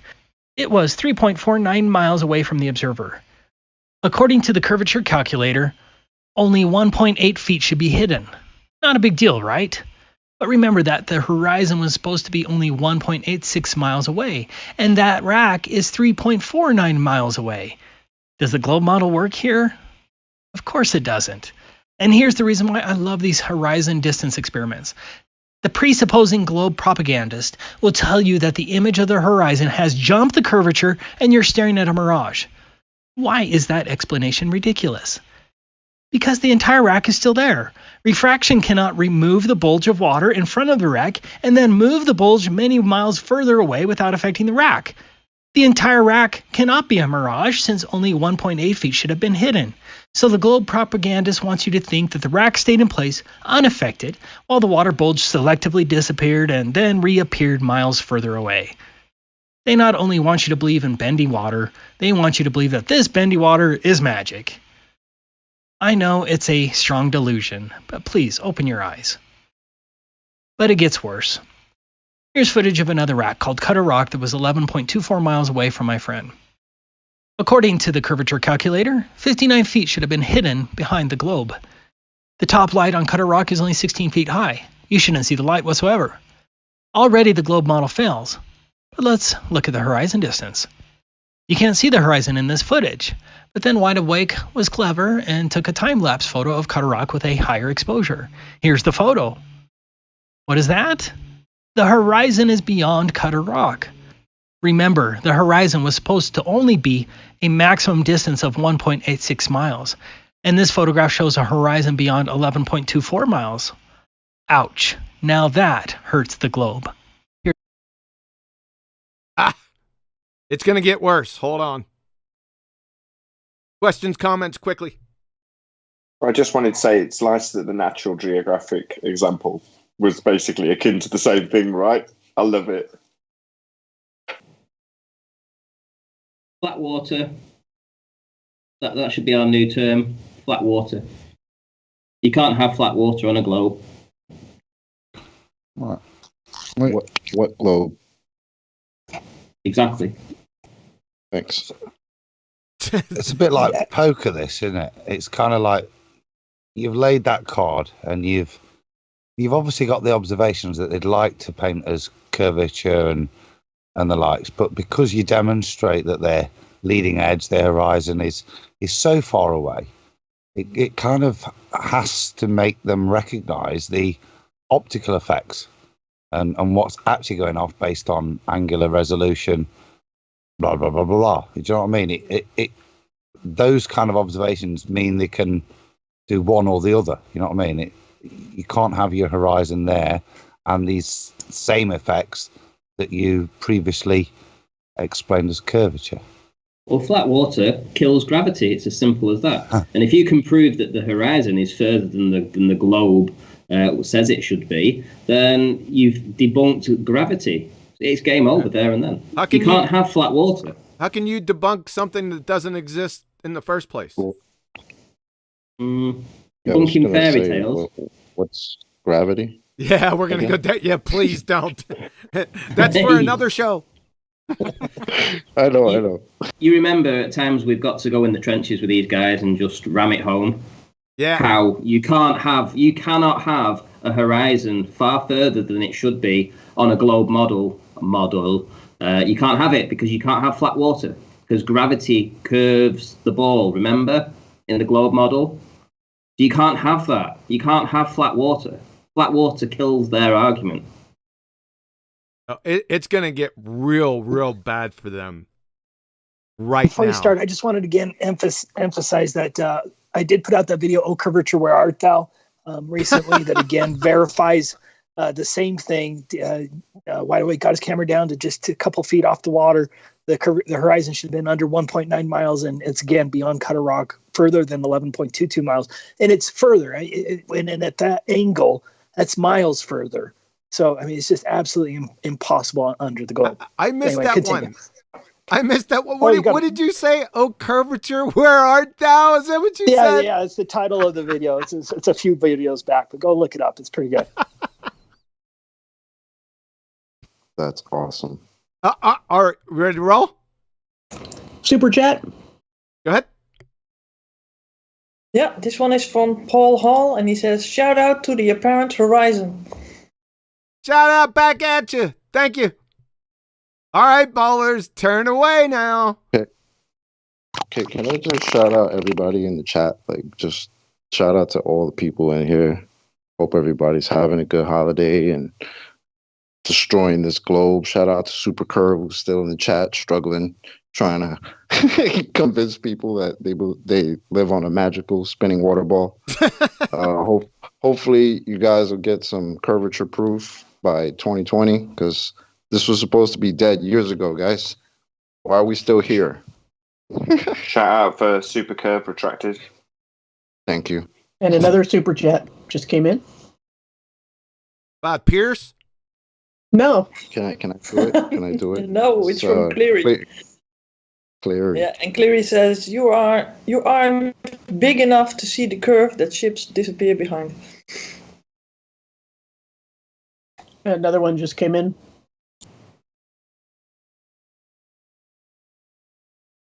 Flat on flat Earth. You got Betty earning her pesos today.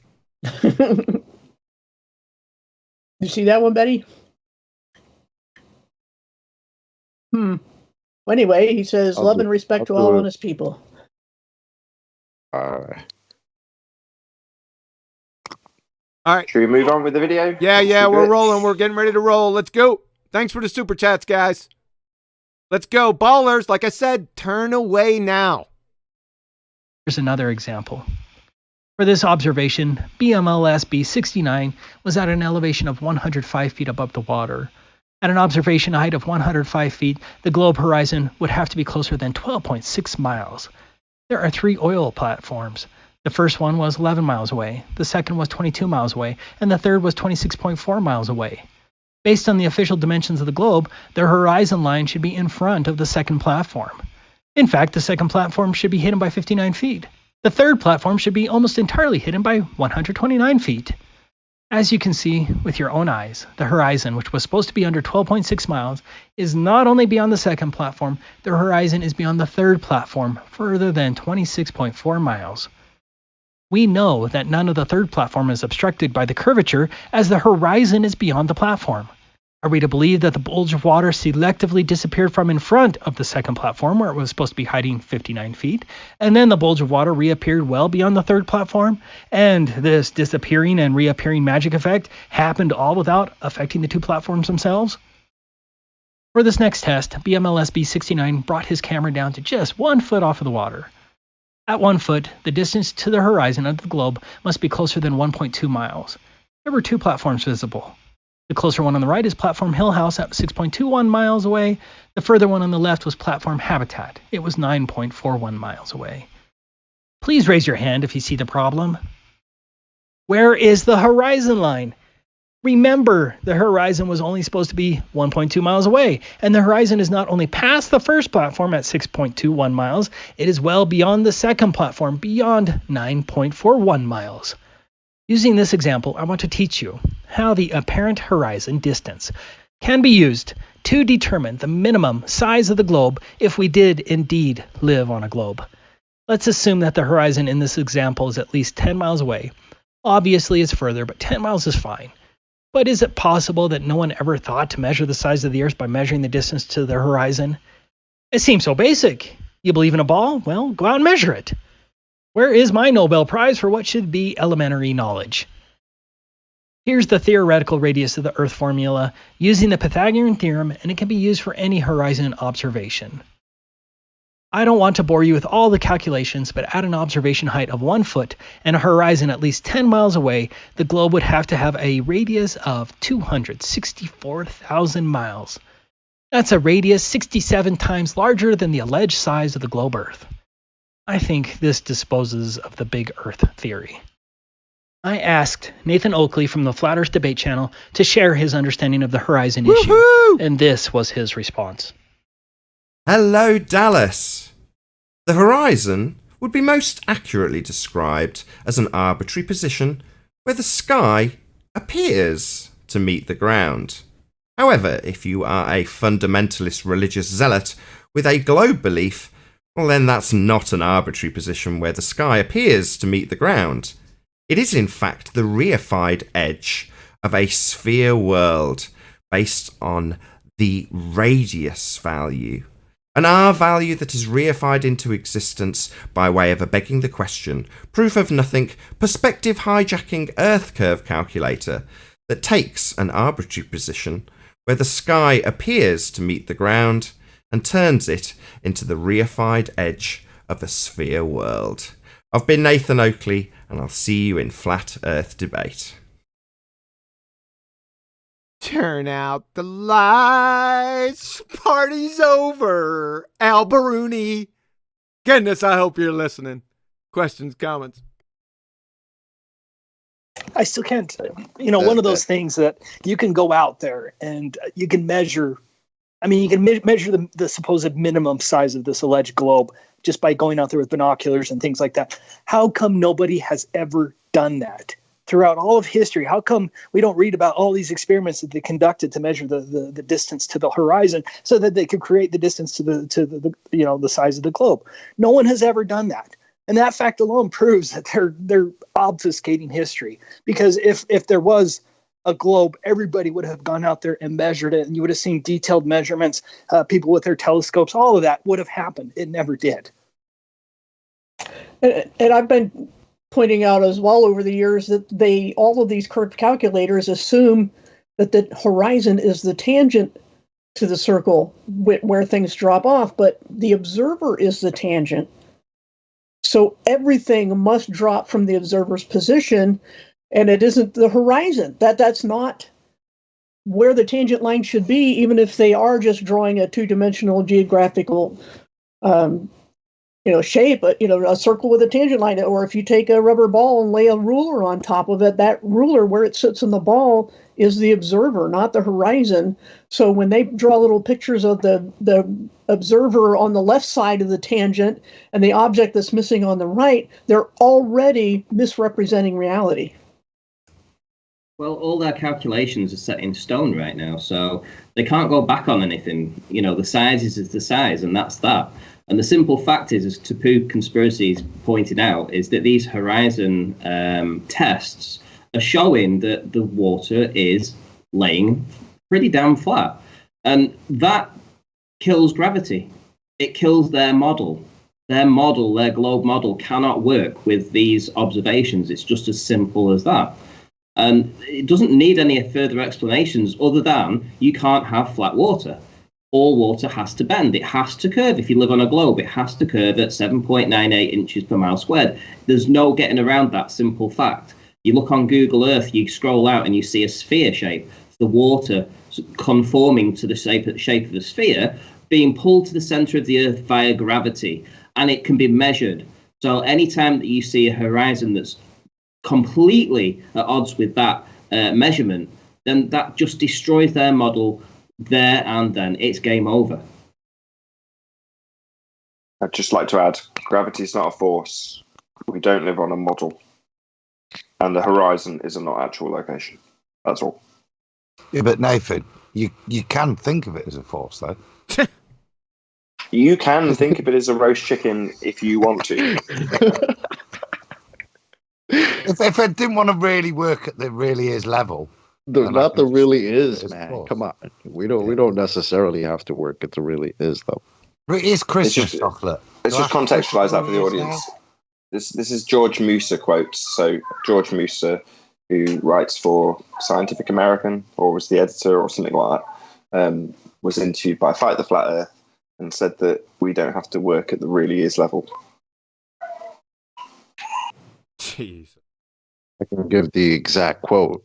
Yeah, go ahead. Yes, please. Yes, please. In full context, it's great. I mean, we can, we do, we must consider Newtonian gravity as a force. That doesn't mean it really is one, but we don't necessarily have to work at the really is level. End quote. Wow. This is why we have chocolate on the show, to quote that one phrase verbatim perfectly every time. Shout out to Fight the Flat Earth. Oh, shout out retracted, for goodness sakes. I mean, as it's Christmas, John, I could always find the musical version. I'm messing. I'm trying to plug back to you. Hey, who? I like that. Please send that to John again, yes. I want the full 17-minute version, please. Can I have the hardcore dance mix remix version? 17 minutes. Full house, 12-inch. Who is this young dashing globe killer? It shot. I was listening or watching the video right for the first time, and I could. It almost knocked me off my chair when he had you in Dallas. Kudos to you, Ben. Thanks, man. Thanks. All right, we ready to rock? Yeah, that Super chat. guy seemed to Oh, know what he was goodness. talking about. Admin super chats. Go ahead, super chats. Yeah, we got one from Colin Dresser, and he says, excellent show. At work, back on mood. And Paul Halls has a question. Why does the horizon rise then drop on the globe? Is that rhetorical? Why does the horizon rise then drop on the globe? It doesn't. It's just as Ranty summarised beautifully earlier, it's just the water doing what it does, being flat. It's not that the horizon's being loomed up in front of or behind. I've forgotten how Ben eloquently phrased it, but no, that's not actually happening. The Earth's just not a globe, and water's obviously and observably flat. That's what's actually happening. Hey, to defend a super chat, that sounds like they're meaning, actually observationally, we do see shifting horizon up and down, but on a globe, surely it would just be constantly dropping. Hey, where's Rakia Gafford at? Is he nesting? Rakia Gafford, he dropped $100 super chat on this show. I'll have you know. Did he? He did, yeah, $99 super chat. Oh. Thank you. Shout out to Dave I Rakia think that Gafford. he's now. Yeah. All right, then keep nesting. All right, we ready to roll? He's on mute. Yeah, he's on mute and pass. We ready to roll? Let's roll. For this first test of mine, my wife was carrying a mirror at the opposite end of a reservoir reflecting the sunlight. From 6.3 miles away, I watched my wife place the mirror into the water. However, under the globe model, my wife should have been entirely obstructed by the curvature with a target hidden height over 12 feet. Obviously, the globe fails. Do you see any visible signs that my wife is a mirage, or that a 12-foot section hopped over the curvature to present a false flat Earth? There is no distortion accounting for this selective imaginary curvature hopping. These clips are from two separate experiments from opposite ends of Utah Lake. The first test was in May, and the second was in freezing conditions in December. In both cases, the spotlight was 7.53 miles away from me, and the camera height was only 2.54 feet above the water. In both cases, my wife's spotlight should have been hidden 21 feet below the horizon. Instead, you can see the spotlight placed at the water or ice edge. There is absolutely no curvature in these tests, and the symmetry of the reflection of lights belies the nonsense curvature hopping refraction claim. I don't show this video much, but this was a test I conducted with my family at the Bonneville Salt Flats. I placed my camera at 2.7 feet and filmed my wife drive away on the salt flats. Even with a mirage, I filmed my wife drive 6.6 miles away. The van should have been entirely hidden with a target hidden height of 14 feet. Unfortunately, this test ended in disaster. My wife got stuck in the middle of nowhere, and I was 6.6 miles away from her and also in the middle of nowhere. The tow bill was $800, and it wasn't covered by roadside assistance. Flat Earth testing does not pay very well, and I learned a valuable lesson about the Bonneville Salt Flats. It can swallow your car. Great work, Ben. Outstanding. Let me emphasize again. I don't criticize anyone who gets paid here, but I have never made a penny on anything related to Flat Earth. Never a penny. Not on my website, nothing. And that tow bill alone cost me $800. You think about the cameras, all those things. It costs thousands of dollars. You start adding it all up, and that's just based solely on my dedication to what I believe is the truth. And the truth is that the Earth is flat and stationary. You rock, man. I would have loved to see your wife's face when she got stuck. Ben, I've got an old man question on that one, because those initial cross water observations, how many years ago was that? Because like Flat Earth, a week can seem like a month or more. Do you know what I mean? How long ago that should have been March 2016. I think that happened. 16. Yeah. Kind of having deja vu flashbacks when saw him. Jibby Jedi's in the chat. He actually he edited that video for me. I didn't know how to do videos back then, and he made that video for me. But he knows that when my wife got stuck, I wasn't very happy, and so he edited all that out, unfortunately. But oh, that was sad. Kudos, mate, because I refer to the age, because back then there wasn't a Ranty, there wasn't a multitude of things. There was very sparse information, and certainly observational stuff like that done by flat earthers was very rare. And like I said, I kept getting fat. I wondered how long ago it was, because it's quality work, mate, that when we're all on this journey, like I said, those sorts of things, people going out and doing them, and as Randy will say, the dedication's hard work to get those things was rare, to confirm what we were suspecting then. Do you know what I mean? But to actually see it done, it was a very rewarding thing. I didn't really consider myself a flat earther until I saw my wife carrying that mirror across that reservoir when she should have been hidden by 12 feet, and I watched her put it right in the water.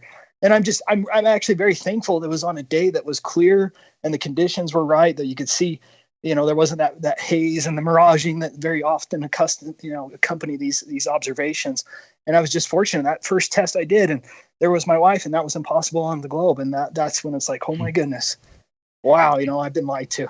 That changed everything for me. You're a pioneer, Ben. So that was one of the first. Yeah, there he goes. You're a pioneer, Ben, as I was saying. Because I'm on mute. Oh God. I'm on mute as well. I'm on mute. As I was, Ben, there he goes again. Wasn't a point. I love you, John. That's why I do it. Go ahead, man. Happy Christmas, Kiwi. We're gonna move on. Ben, you're a pioneer, man. I remember watching those videos when they first come out. right? I love seeing them again, but we're going to move on so they don't overtalk me anymore. Can I just say, Ben, I know the trials and tribulations. The very first day that I went out with the P900 when I met Tony and did an observation up there, I walked a quarter of a mile out across the sands and ended up in quicksand up to my knees. I may never have come back out. It was my first time out there, and I filmed the struggles back as I'm walking in knee-deep quicksand. I think we'll get to valuable lesson. We'll get to the loss of Ben's minivan and the tow truck and all that later, I think. And we're so lucky to have you back, Ranty. The Globers might disagree. All right, let's roll. Let's go.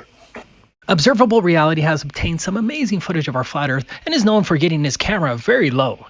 In this case, his camera was only 0.6 feet off of the water, and he filmed a dam 7.7 miles away. The dam is only 14 feet high. Under the globe Earth's dimensions, 30 feet should be hidden.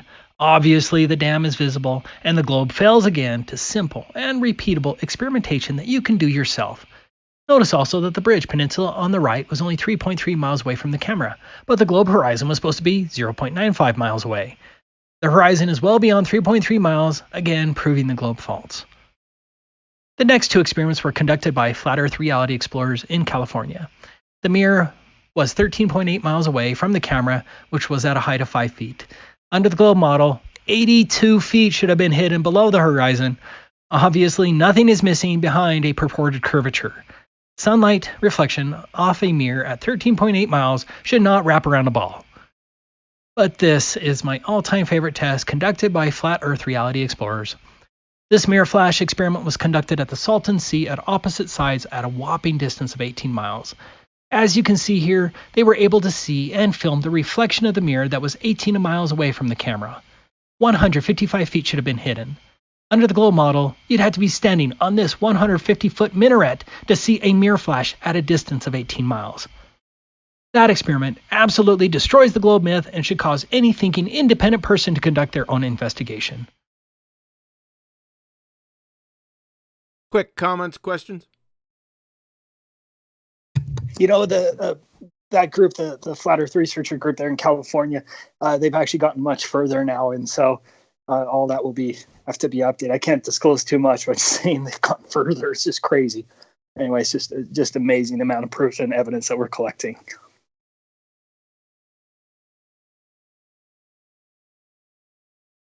Outstanding. Anyone else? Any other comments? I thought Ranty would have something to say there.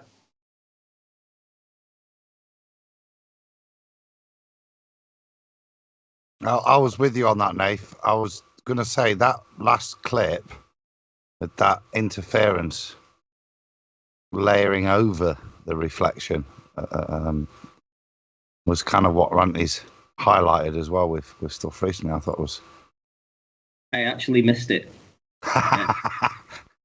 Well, in that case, I'll just lead you with something else. So the distance is talking about 18 miles and essentially getting shore-to-shore observations. That's not something unfamiliar to you, correct, Ranty?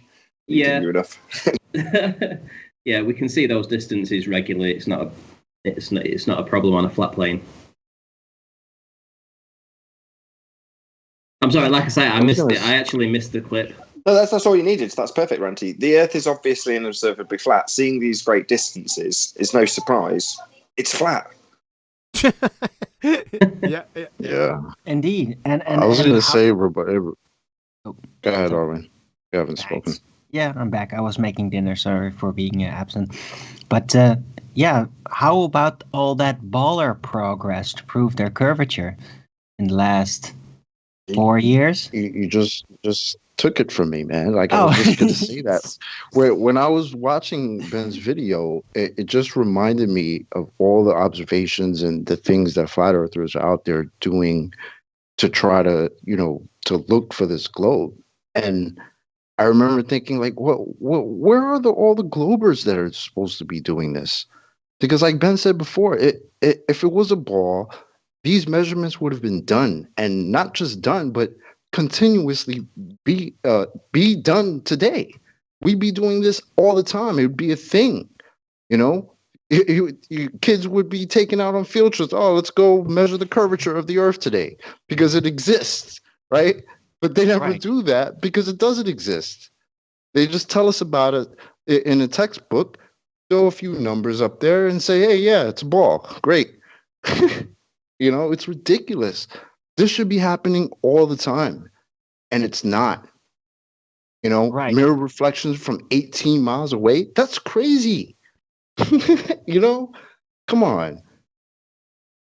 So, It should be one crew against another, one camera crew and then against another. But instead, it's one filming, photographing crew of individuals doing their own thing, completely independent, uncoordinated with others, just doing experiments on their own, non-scientific experiments.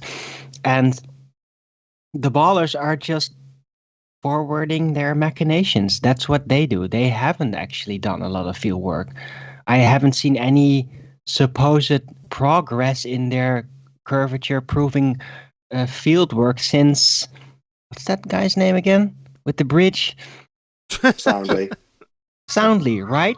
Well, that was like the last sign of any kind of fantastic glimmer of hope for an actual curvature observation, pretty much. Well, there was that National Geographic where they said that 1.5 Well, that preceded it. That was first. That was even earlier. Right. Well, there's a reason that, to answer Chocolate, there's a reason why there's been no progress, because between people like Ben and Ranty, the perspective hijacking curve calculator has been exposed as the only mechanism of taking the effective objects getting smaller and smaller and then disappearing, surprisingly, at the most limited angle, that being the bottom of things first, and calling that effect, otherwise known as perspective, Earth curvature. And the way you hijack it is to run it through the curve calculator and remove all aspects of perspective, put it in a side elevation, so you're not seeing what you see with your eyes, you're seeing your own head side on, and the target, which won't change in angular size when you move the scale up. So if you draw on a page a target on the right-hand side of the page and an observer on the left-hand side of the page, and you draw a line between them, and you write 1 mile on that line, well, and the man is 6 foot and the target's 6 foot, well, it doesn't matter if you change that scale to 1 million rather than 1 mile, you can still see both of them with a line drawn between them, because the effects of perspective have been completely removed. Now, to assert that what you're seeing in regards to actual perspective is Earth curve, you've got to run it through those numbers and assume the Earth is a sphere to begin with, i.e. run it through the Earth curve calculator. Clue is in the title, it's begging the question, it's automatically assuming Earth is a spherical body, and the effects that you see when things get smaller and disappear is actually the effect of the Earth curving away from you at 8 inches per mile squared.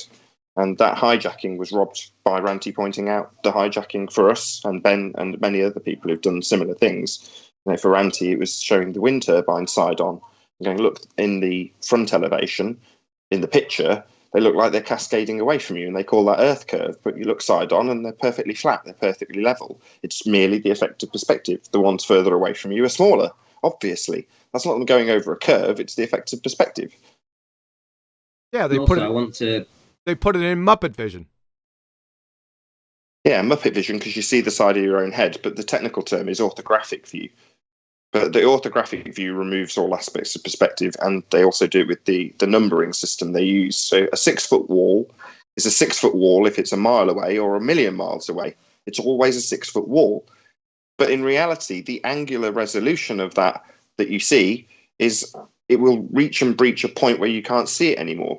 So yeah, it's a 6-foot wall, but that number won't change with distance. The angular size, on the other hand, the not actual size, will decrease at distance until it gets too small to see. Now, at the point that a 6-foot wall is too small to see, it doesn't mean that you can't build a skyscraper on top of that 6-foot wall and see it. But the 6-foot wall at the bottom or the base of the skyscraper is completely gone because it's too small to see. The bottom of anything you see in the distance is the most limited angle, and it's angular resolution that you're dealing with when you look at things in the distance. They remove that with, as Quantum Eraser points out, Muppet vision, orthographic view, and keep everything in whole numbers. A 6-foot wall is always a 6-foot wall. So back in 2015, we were asked, why can't you see New York from England? Well, because it's too small. But in their calculations, it should be seen if you're a flat earther, because their calculations exclude perspective. So therefore, well, there you go. I draw a line between England on this depiction and New York, there's a line between them. I should be able to see it. No, you shouldn't. It's too small. That's ignored and called curvature. Oh, you only can't see it because Earth's got in the way. No, that's just a hijacking, hence the perspective hijacking curve calculator. Well, moving on from that, the curve calculator itself has gone through a few different changes recently. The most recent one, and I don't know whether Ben's aware of this, but I actually got a chance to confront Mick West on a hangout. So he was in somebody else's hangout, and I managed to get in on the panel and jumped in and confronted him about why he included this caveat, this note, not accurate for observations over water very close to the horizon. And his response was a tip of the hat to you there, Ben, because he said that the reason that he put that in was because he couldn't explain the mirror flash observations over water. That's great. Nice. There you go. Mick. Oh, I don't even cite that scumbag. He's a total freaking sellout. You know, he's a 9/11. 9/11 truthers are idiots, and anyone who does that, he's a paid deceiver, and I have no respect for him. I don't even show his website ever on my channel because he's a scumbag liar. And you can quote me there, Mick. You're a scumbag liar. Yeah, we just had him on Ballbusters. He was an honorary Ballbuster a couple weeks ago, man. Yeah. Mick, there's a fever in the Funkcast now. All right, let's roll, man. This next laser test was conducted in Italy by Romanians. The distance was 9.4 miles, the laser height was 6.6 feet, and the camera height was 2 feet off of the water. 39 feet should be hidden behind the curvature, but the camera filmed the source of the laser at 6.6 feet above the water in defiance of the globe. This next test is from D. Marble. In this case, the person holding the laser was at 7 feet, shooting the laser at a distance of 10 miles. At 10 miles under the globe model, the observer would have to be at a height of 30 feet in order to see the laser source. Instead, you can see the source of the laser at just inches above the water. For this test, Dr. John D., who has a PhD, confirmed with the laser that over a distance of 9.5 miles, there's absolutely no curvature. 39 feet should have been hidden under the globe model. Nothing was hidden. Dr. I don't know John D. Yeah, is he still with us? I haven't heard him. Yes. Yeah, I'm still with you. Yep. Okay, That was. Wait, would you mind just taking some time and going through some of the experiments and things that you have done to measure the alleged curvature of the Earth? Well, most of them was just with the telescope. When I just started to try and prove flat Earth wrong, I got the telescope and just drove along, the coast and looked at landmarks. We got lots of landmarks, right along the coast, with lights on at night.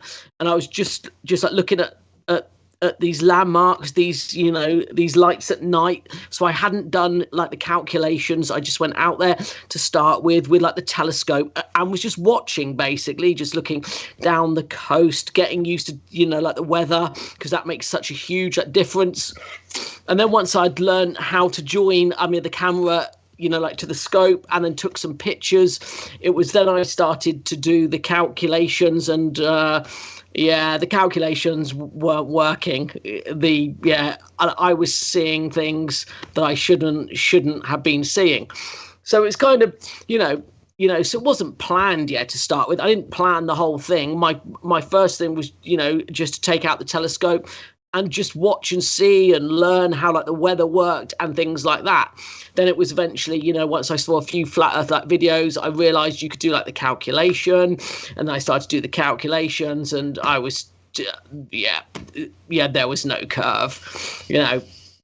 I've got this one view down the coast that's my sanity shot, and I'm seeing 100 meters that I shouldn't be seeing, and that's my sanity shot. On a good clear night, that's what I see. I see this set of lights along the coast that you just should not be seeing. So, and then of course we got groups of people to do the laser, do the laser tests, and our classic one was between Worthing Pier and Brighton Pier. Everyone had been, like invited to come down and join us. Simon Dan, Mick West, but no one joined us. So like we just did it. It was really funny because we'd planned it for Friday night, but potentially like Saturday night.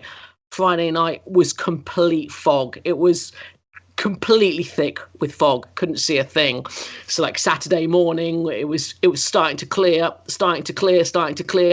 and then Saturday night was perfect. It was just the most perfect night you could want. Low tide, completely clear, no wind. It was just perfect. And we had the laser at our lowest point. It was just like sat on the rocks just above that water level.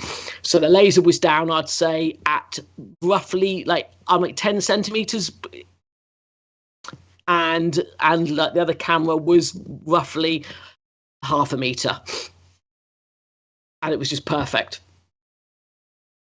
Would you mind also commenting on the idea of that refractions bringing up these objects from behind the curvature to present a false flat Earth? I've never seen that.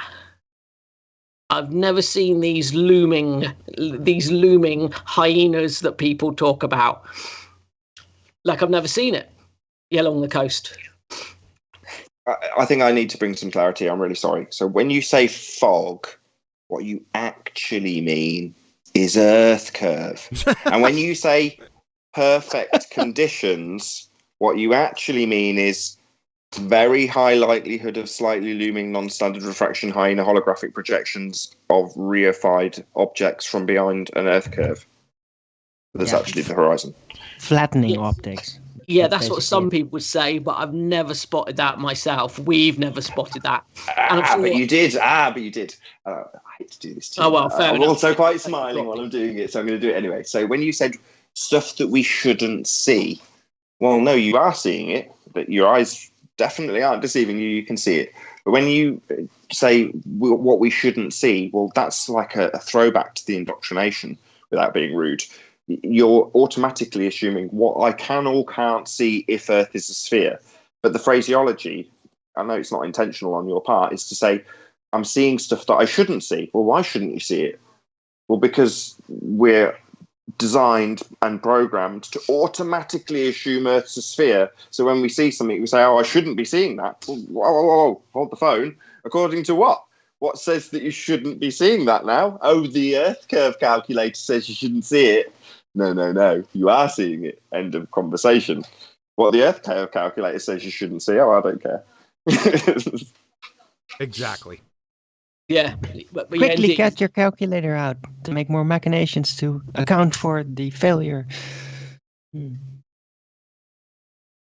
Yeah, but what's strange is people that live along, like the coast, just take for granted things they see every single day, and they just don't realise that, yep, that's normal.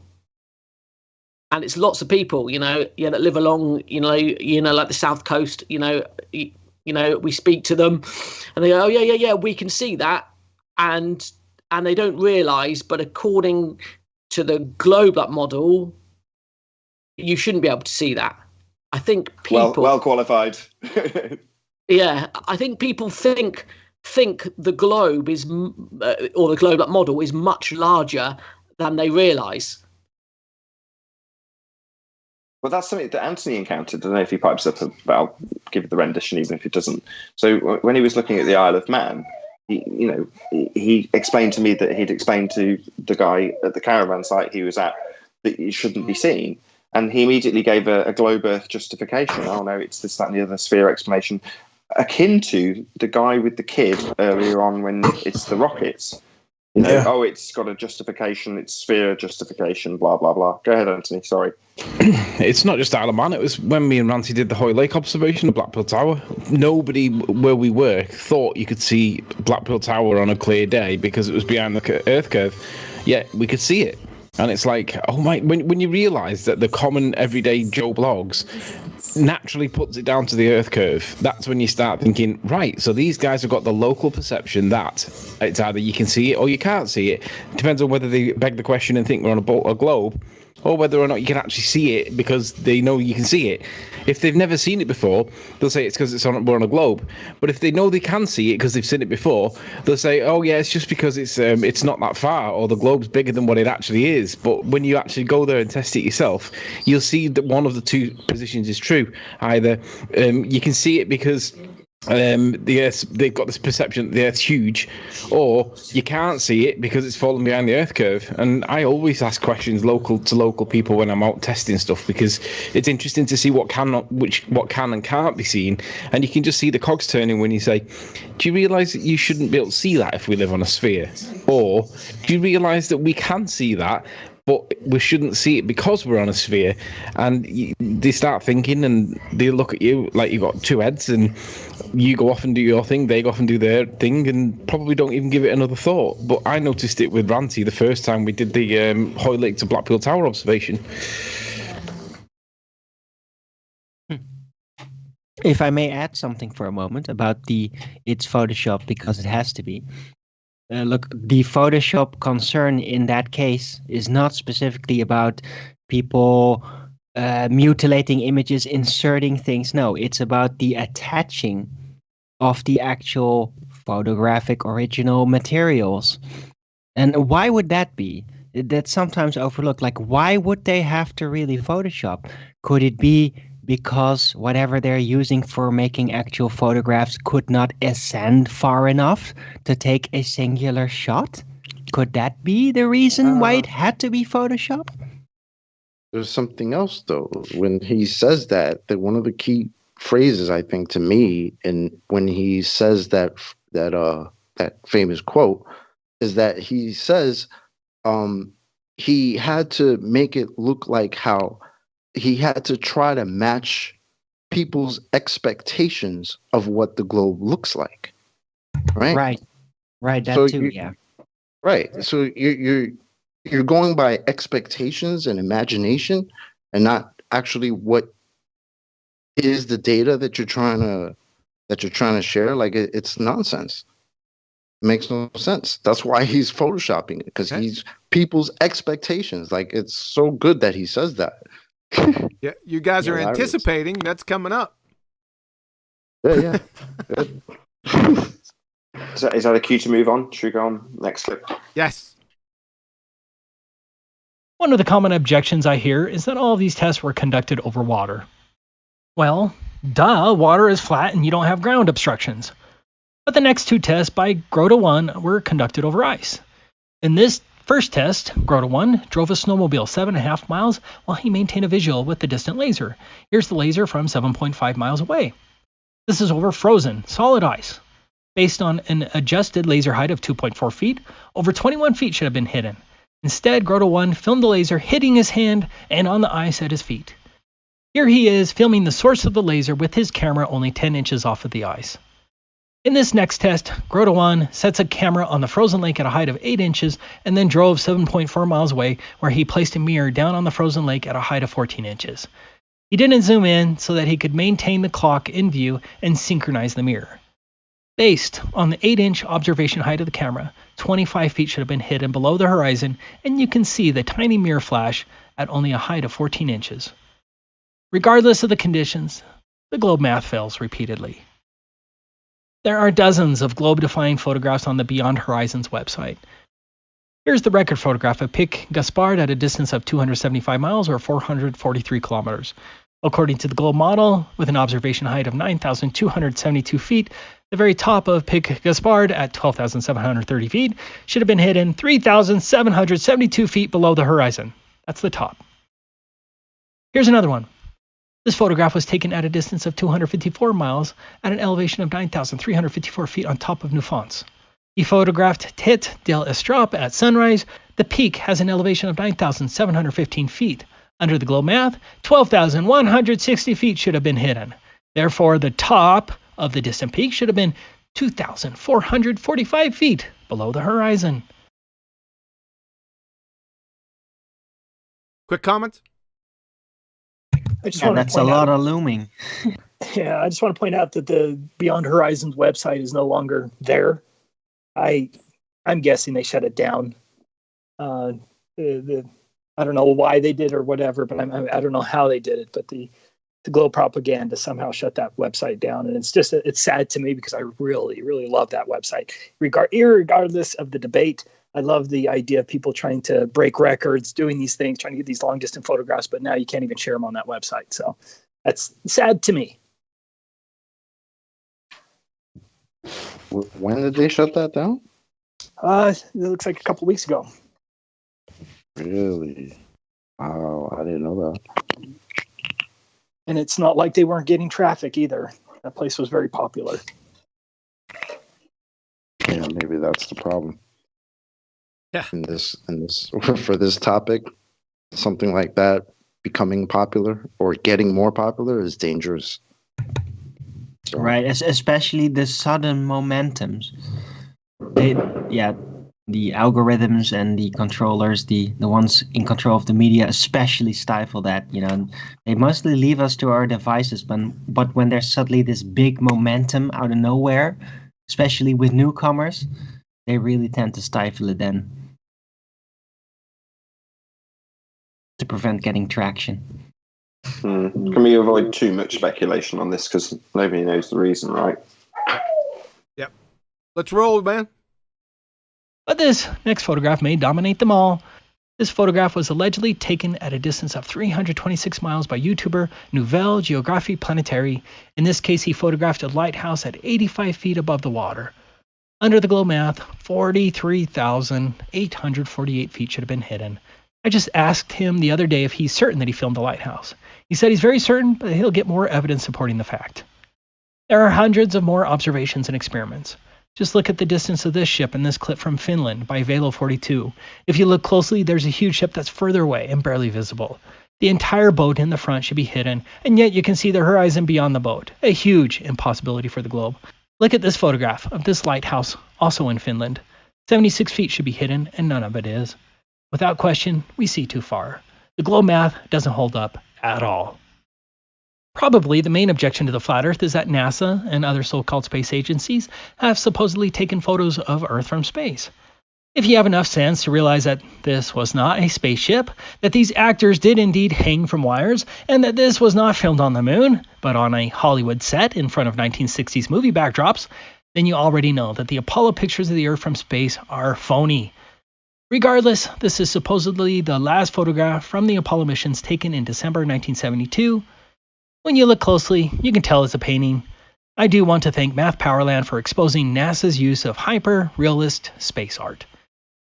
In this NASA article, NASA admitted that no photographs were taken of the Earth from space from 1972 until 2015, and that this 2002 blue marble image that you're looking at was created by NASA employee Robert Simon. Yes, this image is an admitted phony creation from Robert Simon. We gotta love Robert Simon, who brought us this gem. It is photoshopped, but it's has to be. As Simon stated in this NASA article, then we wrapped the flat map around a ball. My part was integrating the surface clouds and oceans to match people's expectations of how Earth looks from space. That ball became the famous blue marble. So, a NASA employee created a propaganda image of a fake globe to match what you think it looks like using a flat map and computer graphics that looks just as real as any other images from NASA. Be sure to note that a flat map is accurate enough for NASA. But here's the first alleged photograph of the Earth from space in 43 years, taken supposedly in July 2015. When you look closely, you can see what appears to be the word sex spelled in the clouds. At least that's what I thought just a month ago. But now I think it's more sinister. In Revelation 13, verse 18, we're introduced to the mark of the beast, and its number is 666. Here are various Greek translations of 666. It looks like the word sex upside down. Now compare the Greek 666 to the alleged July 2015 NASA photographs. The first photograph in 43 years has either the word sex or a Greek 666 in the clouds. Evil Satan worshippers or perverts at NASA, you decide, but either way, it's damning to NASA. Comments? I've been accused of cherry picking before, but this isn't cherry picking. This is the first alleged photograph of the Earth from space in some 43 years. and it just so happens to have the word sex or 666 spelled in the clouds. I mean, come on, that's impossible. Sorry. It's a fairly commonly known thing as well. If you've ever looked into subliminal messaging, that's a commonly used practice in artwork and posters for movies. You know, you stick a sex in the clouds or in the smoke or in hair or in, there's a whole number of things that you can do it in. And it's just to grab your attention at a subliminal level. Most people won't see it, but you'll see sex and it does register. It's what is it called? Death and sex cell. That's the one. So the two things that work at your most base levels are death, scary masks, scary faces, and sex. And they work at a much more primitive level. What's the word? Subliminally. I've got a good one for you, Ben. The first ever 360 spacewalk that was conducted. If you look in the footage of that, in the visor of the astronaut is reflected the number 22. So I decided to have a look around and find out what number 22 came up with. So in the tarot numbers for 22, it can mean one of two words. Either one, which is fool, and the other one, which is world. So to fool the world. Oh, really?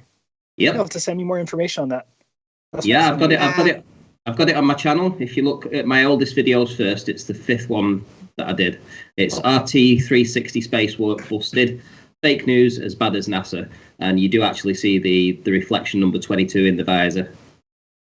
However, as fun as the numerology debunkings are, it's taking place where again? Where was these pictures taken from again? Was it space? The sky vacuum? So this stuff can easily be debunked without pulling apart the sex in the clouds. Again, I'm not trying to put down anybody who does this. No, I'm not trying to put down anybody. The pictures were not taken from space. They were taken from as high as they could get. And then they had to stitch it together to make it look like a globe. It has to be taken from space to get those views. Exactly. Now maybe the claim has to be made about it being made. Yeah, that's from what we're space. debunking. That's my point, Alwyn. It's claimed to be taken from space. You're saying, oh, well, then what they've actually got is from the high altitude. No, that's not what I mean. They're claiming it's a picture of Earth from space.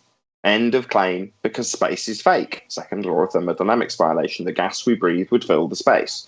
So therefore, you don't necessarily, obviously, most people who are watching this will go, yeah, I see the sex. And it's more interesting at a different level to how they're lying and why they're lying and the bits that they put in the lies. But ultimately speaking, the picture itself can be debunked instantaneously. Where'd you say the picture was taken from? Space?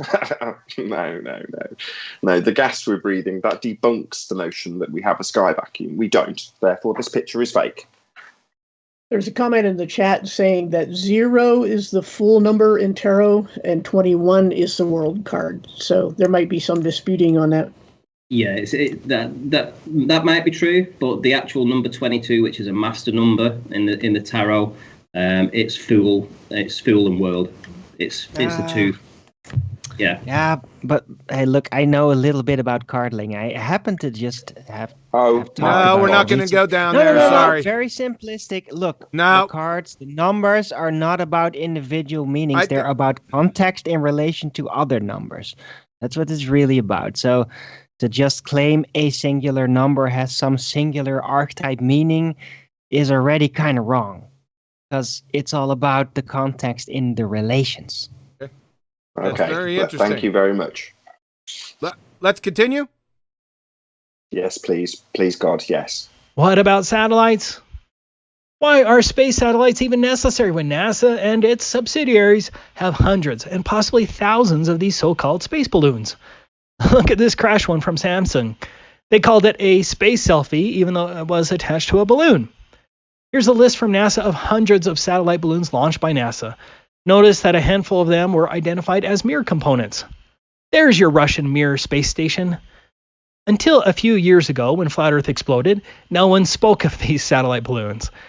This balloon supposedly went into orbit. Most people I talk to even now about this have never seen these satellite balloons. Now we know what Roswell was. For decades, there has been a deliberate whitewash of these balloon satellites, evincing that they are lying about space satellites. Space satellites aren't necessary when you can accomplish the same with these much cheaper balloon satellites. These high-altitude balloons can carry 8,000 pounds and include telescopes, radar equipment, communications equipment, internet, etc. There's a GoFundMe project. Start the first space hotel held up by weather balloons. This 2-ton balloon satellite, yes, they did call it a satellite, almost killed onlookers. It had cutting-edge NASA telescopes on board. Have you ever heard of a telescope mounted on a high-altitude balloon? I hadn't. Where are the images from these balloon telescopes? Moreover, it is hardly ever mentioned that almost all of our alleged communications come from undersea cables and cell towers, not supposed satellites in space, and the rest of those are held by balloons. Finally, look at these actual NASA videos of space satellites. They are manifestly fake. Look at this one that was launched during a space shuttle mission. It's dangling from a wire. Don't be a moron. That video alone proves they are faking space. Don't be a moron. I love that line. Way to go, Ben. Questions, comments? Just a big shout out to Robert Bassano, because he was the first one that exposed this to me. You replayed that show. Balloons, people. Balloons. Yeah. That was off of Roberts. Yeah. Yeah, where's the big Zeppelin space station? You know? If you want some kind of thing keeping floating up there that could potentially man people, then it's going to have to be some kind of Zeppelin design. Do you know who took the piss out of this? Simpsons. So they had I can't remember what the name of the TV station, like NBC or something like that. Who does Simpsons go out with? What network is it? Fox. That's it. They're the Fox satellite in one of the Simpsons cartoons, PBS. literally dangling from balloons with bits hanging off it. What? Really? Yeah, there's truth in plain sight. Simpsons is all about that. So they had literally the Fox satellite on balloons. They're just shoving it right in your face.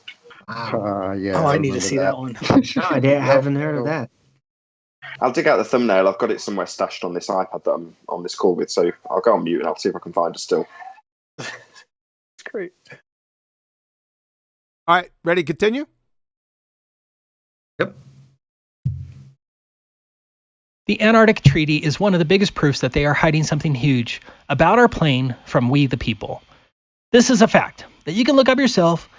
Independent travel is not allowed below the 60th south parallel. The Antarctic Treaty, its handbook, and its enforcement protocols, which have remained inviolate for 60 years and include signatories like the United States, North Korea, China, and the former Soviet Union, and now Russia, essentially ban any reasonable attempt to explore below the 60th south parallel under the guise of protecting the environment. They may allow limited excursions to a few tourist points, but independent travel is not allowed, and that's shocking. Think of what has happened in the last 60 years. The Antarctic Treaty survived Vietnam and all of the Cold War, despite the claim that Antarctica is rich in minerals, including coal, oil, and uranium. Were the Soviets really interested in protecting penguins and the environment? It's ludicrous. Antarctica is the one place that would prove the flat Earth, and it just so happens that independent travel isn't allowed below the 60th south parallel. And all major nations agreed to this one principle of keeping you out. Are you now starting to see that international relations aren't what we were told? Yeah, I wanted to stop it here, Ben. Your legwork in this area is unparalleled. That video that you did on this was so in-depth. It's going to stop people from making generalized, baseless assertions about, how to get to Antarctica. If you haven't watched his video, Ben's video, the detailed video on this, you're wrong. You need to go check this out. It's absolutely ridiculous. Comments, questions? I did mention that also to the Romanians when I was there in Romania doing the presentation. And, they understood. The Soviet Union had no care about anything, especially the environment. And the idea that they would shut off exploration and their ability to extract coal, oil, and uranium, that is just absolute. The story is nonsense. They are absolutely 100% hiding something from us with respect to Antarctica. I mean, for we flat earthers, it's obvious what they're hiding.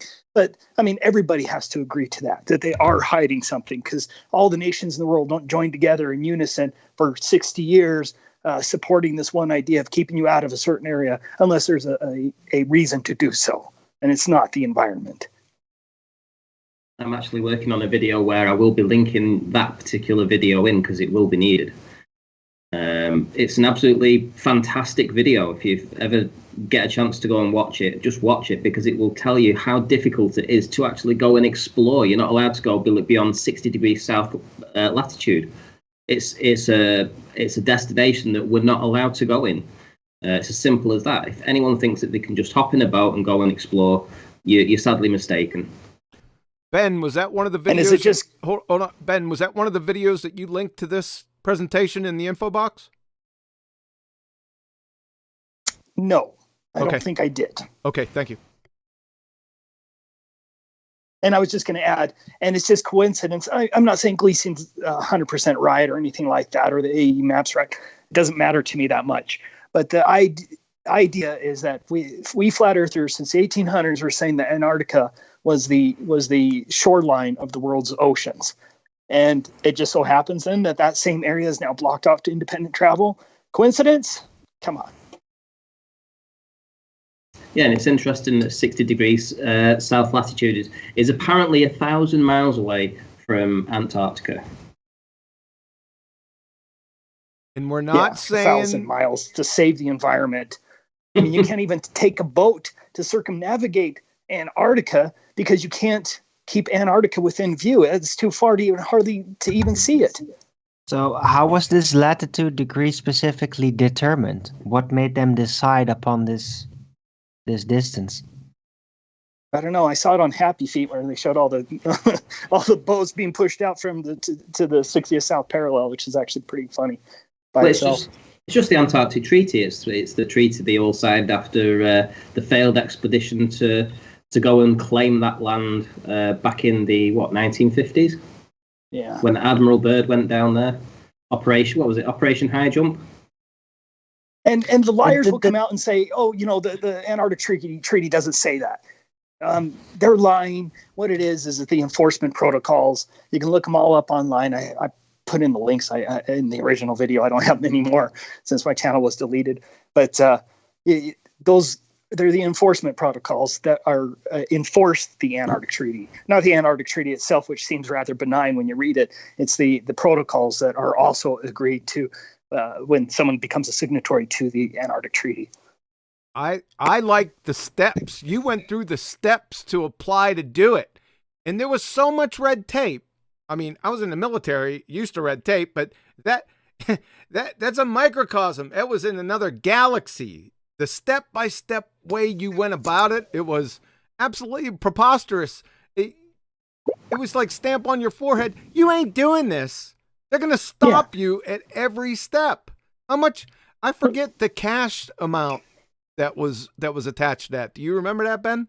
Yeah, well, an environmental impact statement, that's a typical statement that most engineers, civil engineers would understand. The average cost is around $2 million for an environmental impact statement. This one, you have to get an environmental impact statement for an area you have never been to, and you can't go there to go get one. So how in the world can you possibly do that? You would have to hire experts from Antarctica who've been there, which, I mean, for looking as a legal standpoint, the idea of trying to get there legally, next to impossible. And it's obvious, they'll say, oh, but they'll need a huge fleet of boats to protect it. No, they don't have radar. But I also shared the link there at the very end that shows that they even published that the UK has their Antarctic Treaty Patrol. I mean, they even have a webpage, the Antarctic Treaty Patrol. We're kind of, yes, they are keeping you out. And we're not saying that there's not scheduled tours there. We're not saying that. There obviously is. They have designated areas down there that don't appeal to that knucklehead red herring fallacy place. Yeah, I agree. That one they always say, oh, you can go up there and book a tour right now. But I will say, I'll concede that note. But I actually doubt that because I have actually tried to book a tour there. And when I went to pay for it, I couldn't. Their website would not take my credit card. And I just thought that was fascinating that a website dedicated to people using the internet to book a tour to go to Antarctica, the processing failed. I'm sorry, but your business will be defunct in no time doing that. Yep. So I have my doubts of how much tourism actually exists over there. And I just want to say that I don't know whether it's keeping us out or whether it's actually just keeping us in. I mean, the video that I'm working on. Good point. The video I'm working on right now is about the fact that we are kept in. If you think of this 60 degrees south latitude as a ring, a fence, we're inside that fence. We are inside a pen. It's a prison for our body, and we have a prison for our mind, which is the education system, and taking away all our thoughts and putting things in our heads that we don't even need. So we are penned in physically and penned in mentally. Well, it's like a fence. They're basically fending us off from exploring further south. Yeah, we are inside a pen. All right, we ready to continue? Any admin? Yep, no super chat, sorry. Okay, let's roll. Yeah, one more. Sorry, one Oh, I'm more sorry. that we missed. Yeah, it was from Brian's Logic. He says, without the proof of curvature and drop, then the equator line should be in a number 38,998, no, 0.98 miles in circumference, as 24,935 miles of an equator is impossible. I'm bad at numbers, sorry. You're forgiven. Thanks, Brian, for the super chat. Let's roll. This video by Flat Earth LT shows some unbelievable infrared footage taken over Eastern Europe. At that altitude, the horizon should have been only 220 miles away. It appears as though Flat Earth LT was able to film across the Black Sea over a distance of 887 miles with a curvature hump that would be so substantial as to hide an object 56 miles tall. More importantly, there's absolutely no curvature present, and the horizon is at least 668 miles further than it should be. Watch the video though, because it looks like they even filmed the other side of the Caspian Sea that would have been roughly 1,500 miles away. Amazing. We already understand that the curvature of the Earth should drop away at 8 inches per mile squared, and the same should roughly apply to airplanes. At 500 miles per hour in 15 minutes, a pilot would have to make a curvature correction in the amount of roughly 10,400 feet. Pilots don't have to dip the nose of the airplane to correct for the curvature regardless of the speed or altitude of the airplane. Globe supporters will claim that it's gravity that is pulling the nose of the airplane down. The airplane is defying the alleged force of gravity, and yet gravity selectively grabs the nose of the airplane, not the whole airplane, but just the nose, to keep the plane level with the ground regardless of the speed or altitude of the airplane.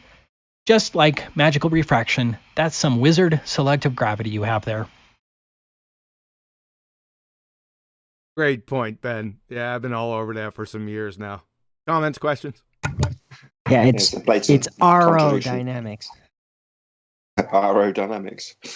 Yeah, it's a blatant contradiction. We had a guy on who claimed to be a pilot, whether or not he was or wasn't, but it involves double speaking your way around, nosing up and nosing down at the same time. So they'll use a star reference to say that they're nosing down, whilst their altimeter is saying they're nosing up. It's just as simple as that.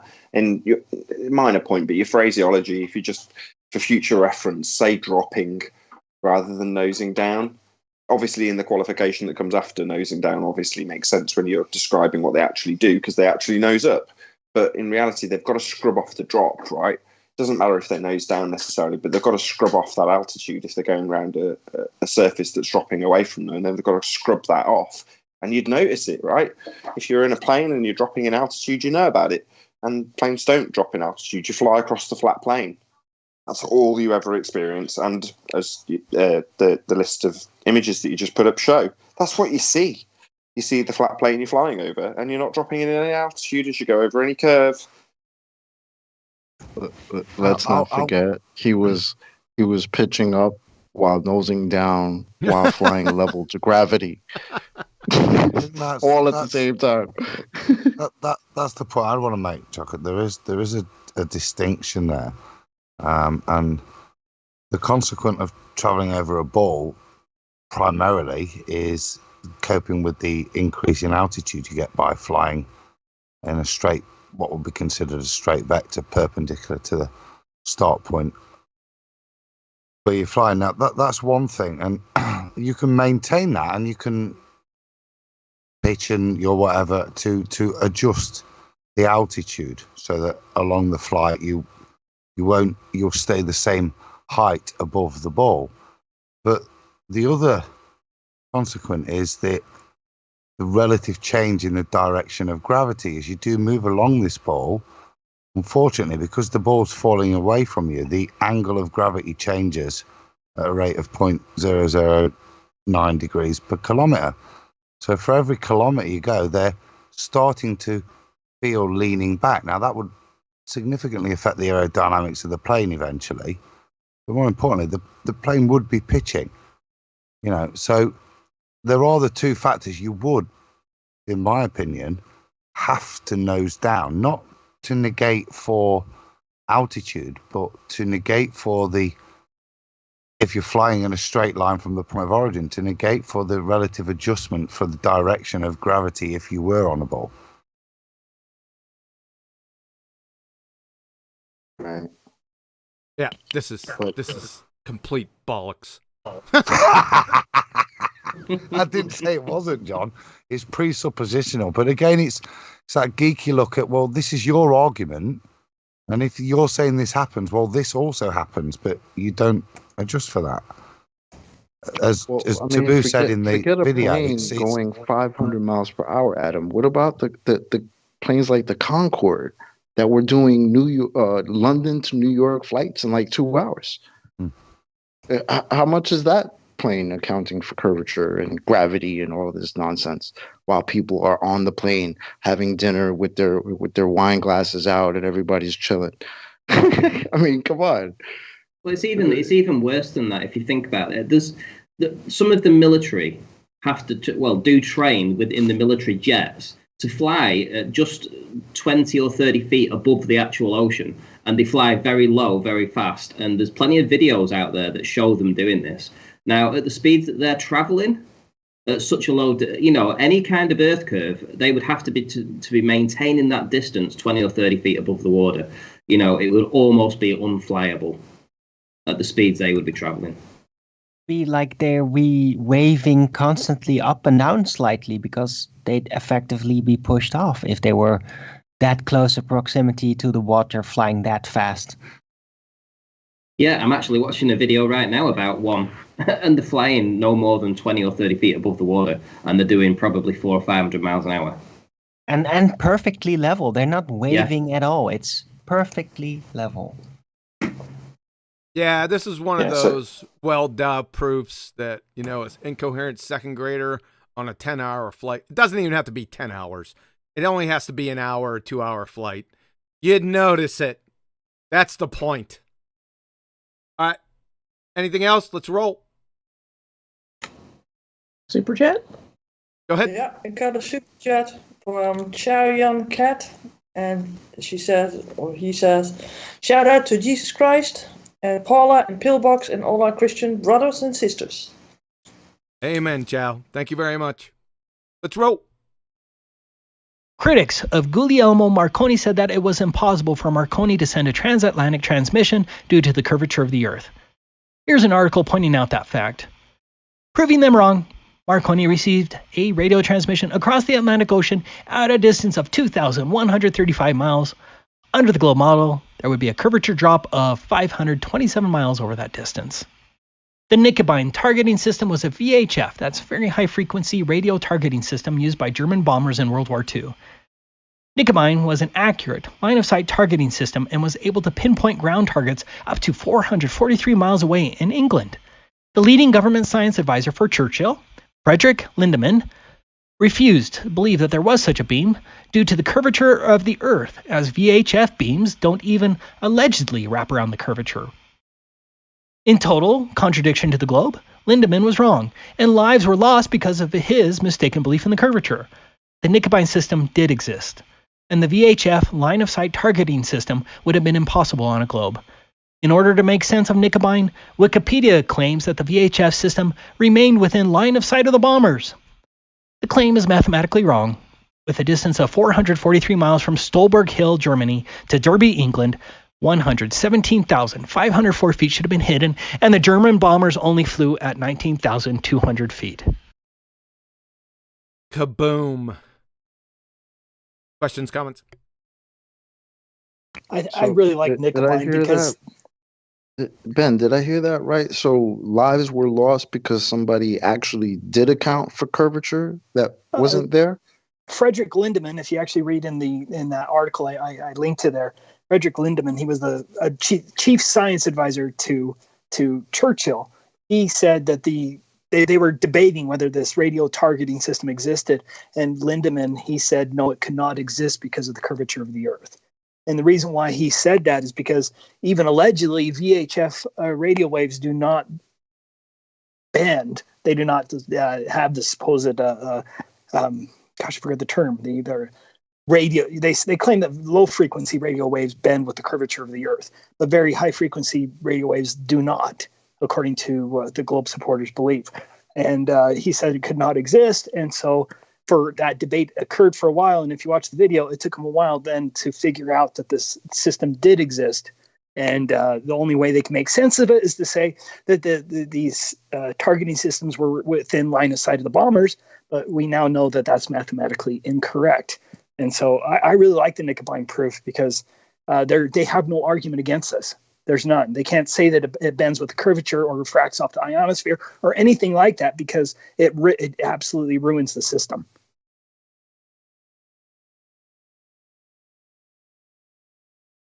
I think QE summed it up. Kaboom. That's the end of that, really. No comment needed. Yes, sir. Yes, sir. That was a quick kaboom. It was all over. All right, we ready to continue?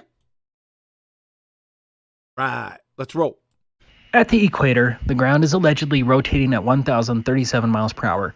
Yet, Felix Baumgartner took a balloon up to 128,000 feet above the surface, and it took him 2.5 hours to get that high. So, if the ground is rotating at 1,037 miles per hour at the equator, then Felix Baumgartner should have landed in the Pacific Ocean. As you are aware, Felix didn't land in the Pacific Ocean. He actually landed 44 miles east of his launch site. That's against the supposed rotation and the wrong direction. Don't you think the rotation of the Earth should have affected Felix's jump in some manner? There is little air up at 128,000 feet, but somehow Felix's balloon magically sped up to keep up with the ground below it. Does that make any sense to you? Even if there is some purported movement of the air at the surface due to the ground's alleged rotation, that air cannot communicate that same motion to the air at higher altitudes, and especially cannot cause that air to speed up. The spinning globe is utter nonsense. There is no evidence that the atmosphere is attached like Velcro to a spinning ball, and the fact that we don't have a 1,000 mile per hour westerly wind proves the faith-based religion of heliocentrism false. Kaboom! Yeah, it's the first law of thermodynamics violation. The get around for there being no deviation, i.e. Coriolis effect, that's alleged to be demonstrated in pendulums and gyroscopes and various other apparatus. That two reference frame system would necessitate there being a deviation. And they say, well, no, there isn't any deviation, the claimed proof that we're bloody spinning, because the atmosphere travels with the spinning Earth. Well, if that's the case, then according to the rhetoric of Felix Baumgartner, he's gone up and increased his velocity as the overall trajectory that he takes on the circumference that he's got as he ascends would be increasing. Therefore, he'd actually have to increase his velocity. And according to this, overcome and go beyond to land further away from Earth's alleged rotation. So, like I say, it's a first law of thermodynamics violation to assert that he's retaining the angular momentum after taking off, because he'd have to increase speed to keep up with it as he goes higher. Yeah, that's the least of the problems. Gases don't have any intermolecular bonds, right? That's the most important thing here. The gases are not attached to themselves and are definitely not attached. Thank you. Definitely not attached to themselves, and they're definitely not attached to the Earth. It makes no damn sense, right? especially wind directions, different wind directions. How can somebody just pulled this one up on me yesterday? I couldn't believe it. Yes, the clouds rotate with the earth, right? How can the clouds rotate with the earth? Which direction are they going? From west to east, right? You know that clouds go east to west also, right? They just whistled right past that.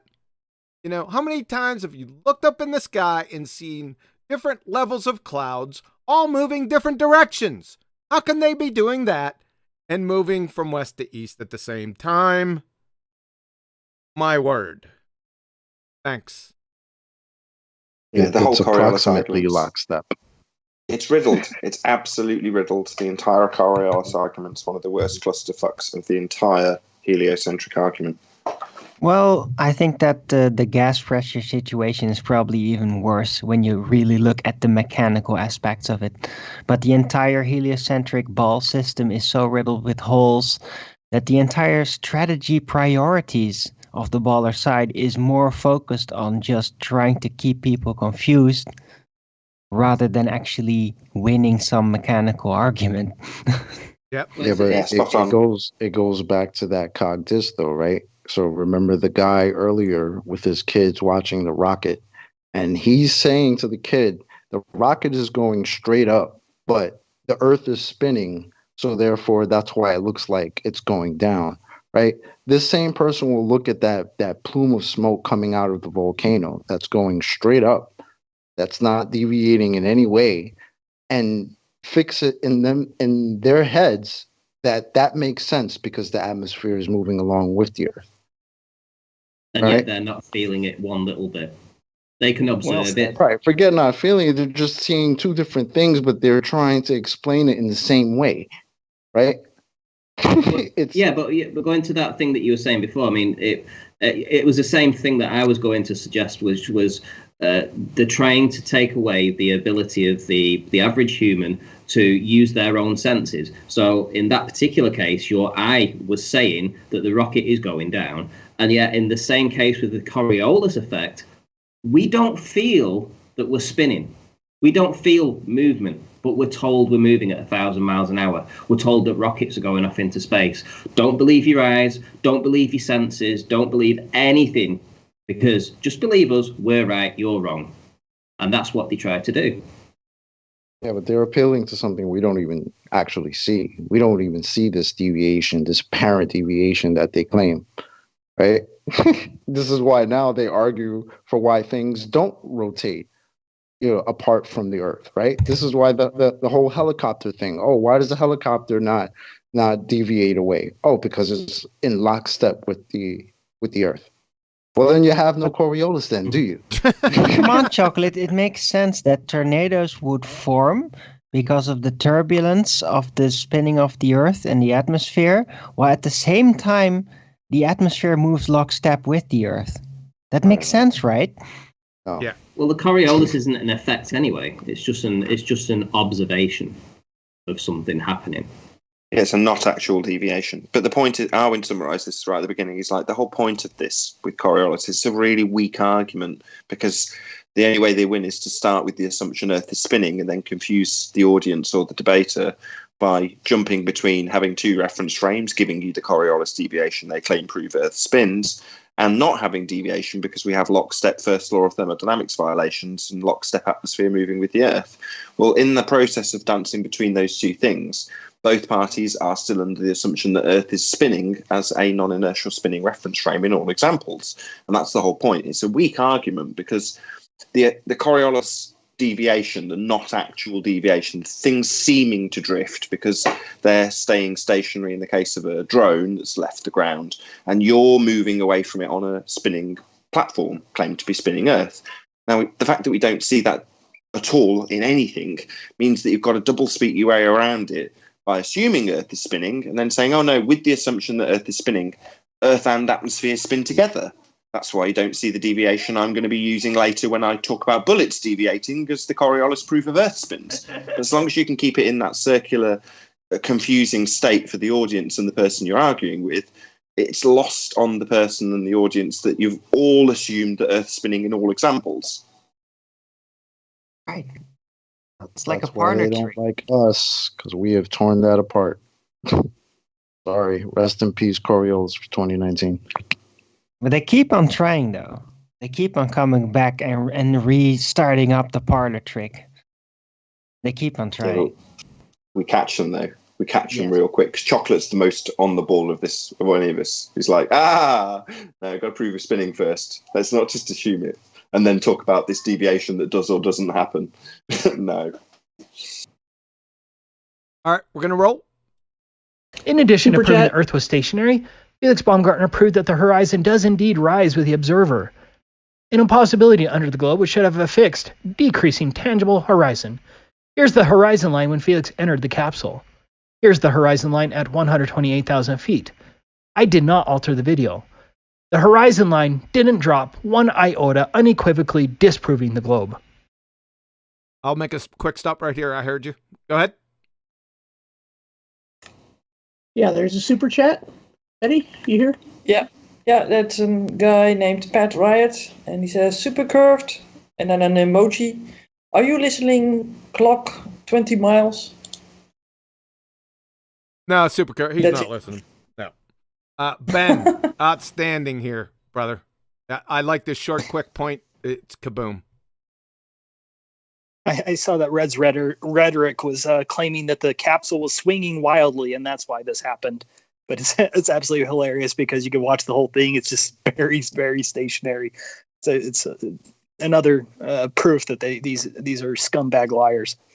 It is, and I've been actually working on this actual observation today, and there should be a 6% drop, a 6-degree drop, sorry, not percent, 6-degree drop on the horizon if you lived on a globe. There ain't no drop. It's as flat as you can see. Also, back to not actual location. We're just to clarify for everybody who said it. I'm going to say it as a disclaimer for everyone who's used this argument in this section. So we're talking about when it's presupposed that the horizon is the leading edge of a sphere. It's back to take us to your edge, fundies. Well, if they're going to claim that the edge of the sphere is this horizon line in the globe, the fisheye footage and the horizon as you see it when this door opens, then your reified sphere edge isn't where it's supposed to be, notwithstanding the fact that it's a non-actual location. Should we move on? Yes, let's roll. Professionals who should account for the curvature never actually do. Snipers, surveyors, pilots, civil engineers, military guys, none of them account for the curvature. Mark Sargent has a great series on his channel where he interviews airline pilots, military professionals, radar operators, gunners, missile operators, engineers, commercial surveyors, and many more, all stating that there is no accounting for the curvature or the Earth's rotation in any manner. Comments, questions? I guess for this one was a big thing for me. When I started investigating the flat Earth, I immediately thought, well, what do the professionals say? What do they do? And you start talking with them, you start interacting with them, and then with the series with Mark Sargent, all these military professionals coming out and saying there's absolutely no accounting for curvature or rotation in any manner. I mean, come on. Those are the people that should be accounting for it, and they don't. Yeah, you got one right here. And they don't. Period. End of story. And if they do, please let me know. I need contact information so we can bring them on the show and they can demonstrate it for us. And like I said, if they can demonstrate it, especially the Coriolis effect with firing, I will eat my shoe. Okay? Thanks.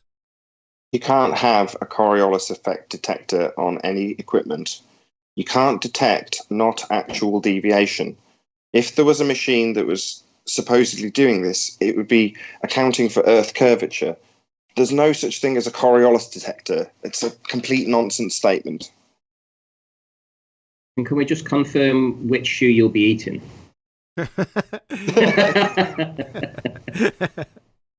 Nah, that's too many details. My favorite part with them building a machine that can detect things, right? So they claim that they have gyroscopes or whatever that can detect some type of rotation, but yet the plane that the gyroscopes are supposed to be in don't detect it and don't have to account for it. So how does that work? It doesn't. It's just another contradiction. Exactly. Let's roll. The solar eclipse is a major proof of the flat Earth for two big reasons. First, the sun and the moon are the same apparent size. The sun is supposed to have a diameter 400 times larger than the moon, and yet the sun and the moon just happen to be the right distances to create the illusion of being the same size?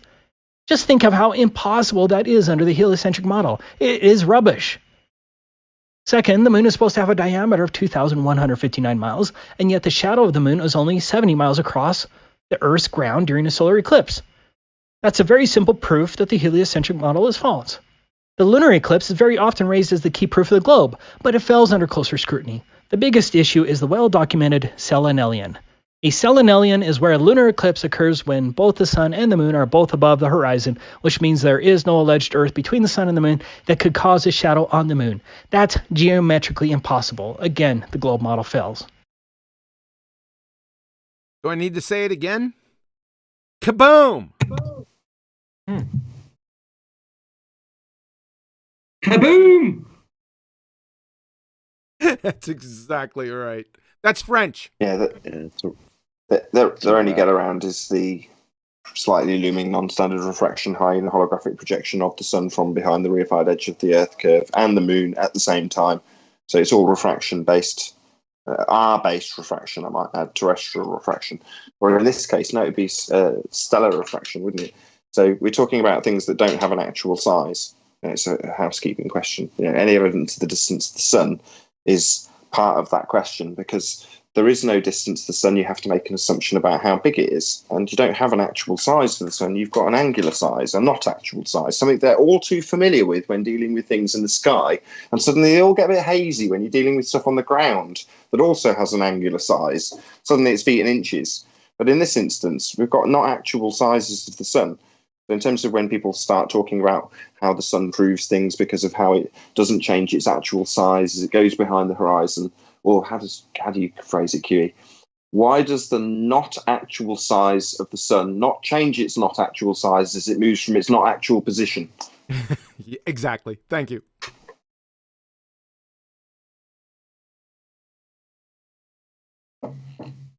Any more on this one? We got two more sections. Let's do it. Let's roll. According to the heliocentric model, this Earth and its pressurized atmosphere are surrounded by a nearly endless vacuum that's more powerful than any vacuum that can be created here on Earth, and yet this vacuum is so weak that it can't remove our atmosphere. This is a fact. There's simply no possible way that an atmosphere can exist adjacent to a vacuum, and no one can prove otherwise. Nature abhors a vacuum, and the last time I checked, we're all still alive, and so you can dismiss the nonsense of space. I have... Yep, that's the killer. Right there, you're all over it, Ben. I love Dr. John Dee's experiment where he took the vacuum, turned it upside down, and still, there's no way that a vacuum can exist next to an atmosphere. It's just gravity doesn't solve the problem, and that's just an unbelievable obstacle that the globe. What bothers me more than anything is it took me so long to figure this out. I should have caught this. I just feel for myself as a man that I should have caught this many years ago, and that they were able to get this one past me just makes me upset. QE says that. QE says that exact same thing. I remember me bringing it up once, half joking, going, you say you feel guilty, and literally QE choked up on his own words. He's like, yeah, I feel like almost embarrassed that this got past me. Of course. Yeah. Yep. Exactly. Yeah, I do too. Yeah. Yeah, but I don't feel stupid in the slightest. They swindled us. They lied to us. They programmed us. They played us enough bloody footage of Superman flying in the sky vacuum, Star Wars, Red Dwarf, Star Trek. I don't feel in the slightest bit like I'm stupid for having been swindled. They told us it was a vacuum. At that time, why would you think they would lie to you? Nathan, I feel like if I had never been told that, then that would be one thing, right? But I thought about these things. That's what irks me. Because I Right, thought about exactly. how the hell are people sticking to a ball? Like even as a kid, I was thinking about like how do these things work? I don't get the whole people are sticking to a ball. How do we have air? I don't vacuum. What? These things bothered me. So just going along with it, it does kind of bother me that I did. Right. Yeah, but I think Nathan's completely right. I mean, back when we were growing up in the 1970s and 1980s, that was what we went through. I mean, everything was revolving around space. That you couldn't watch a TV program without it having a reference to the globe or space. Everything for kids was all about space. Button Moon, Star Trek, Star Wars, Lost in Space, you name it. They had everything. He-Man. Everything was out of this world. Everything was to take you away from where you currently are and put in your mind somewhere else. And that's what they did. That's how they were able to convince a generation, so to speak. But saying that, it's our age group that's actually waking up from this now. If you think about it, it's generally the younger kids that are much more difficult to convince and to try and get through their brainwashing. But because we're a little bit older and we went through that, we can see how the amount of propaganda we went through was able to condition us like that.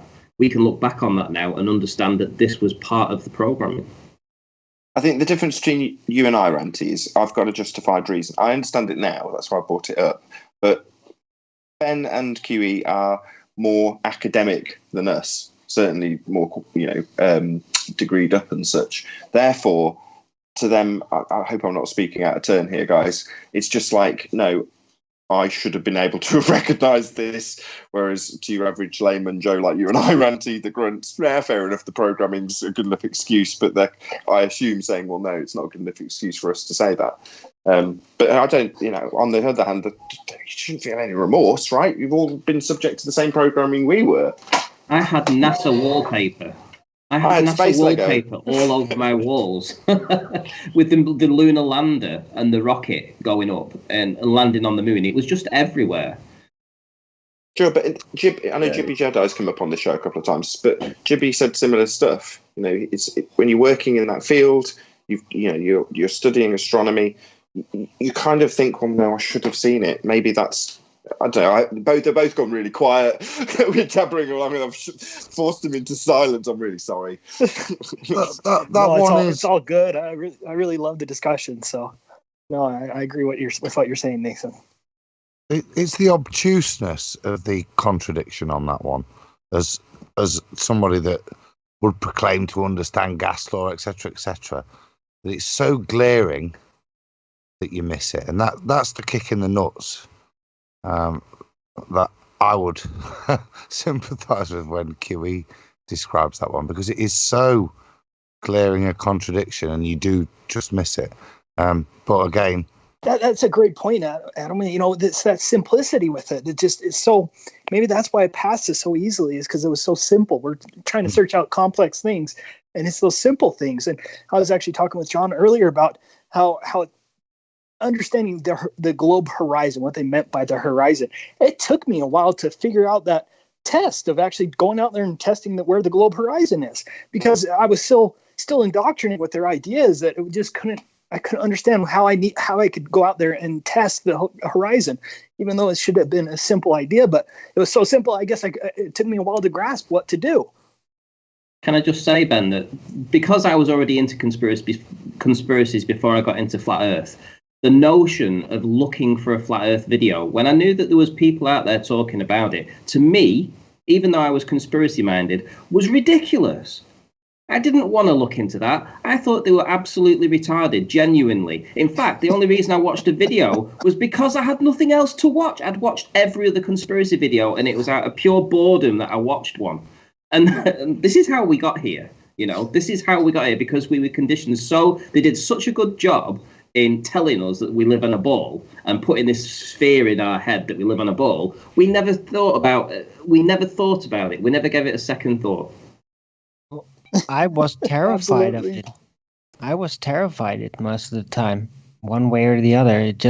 I guess I felt the implications of it, and the extreme polarized experience I had with it, even as a young kid, being extremely discouraged, giving some chance to maybe being interested in a flat Earth model as a young kid.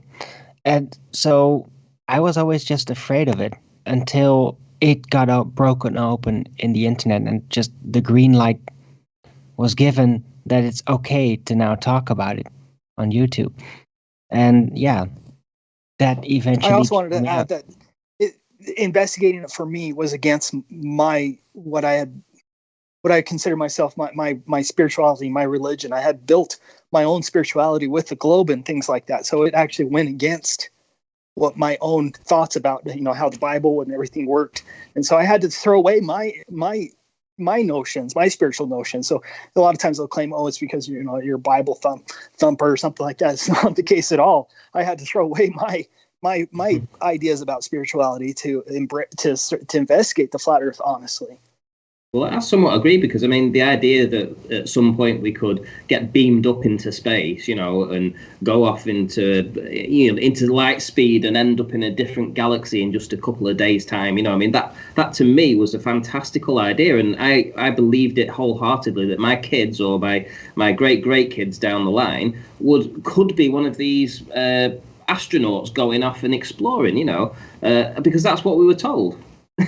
So to have that taken away, was kind of like a bit, I don't want that. I want to believe heartbreaking. Yeah, it is absolutely. Yeah, that's the downside on the other side. Yeah, I was going to say that what Ben described in terms of having to let go of certain, I can't remember the word you use, faith or your belief structure. You're no different to the people who oppose us. In other words, they've all got their belief structure too. It might not be a Christian one as it was in your case, but they're still having to relinquish things that they simply don't want to let go of. So most people are in exactly the same boat.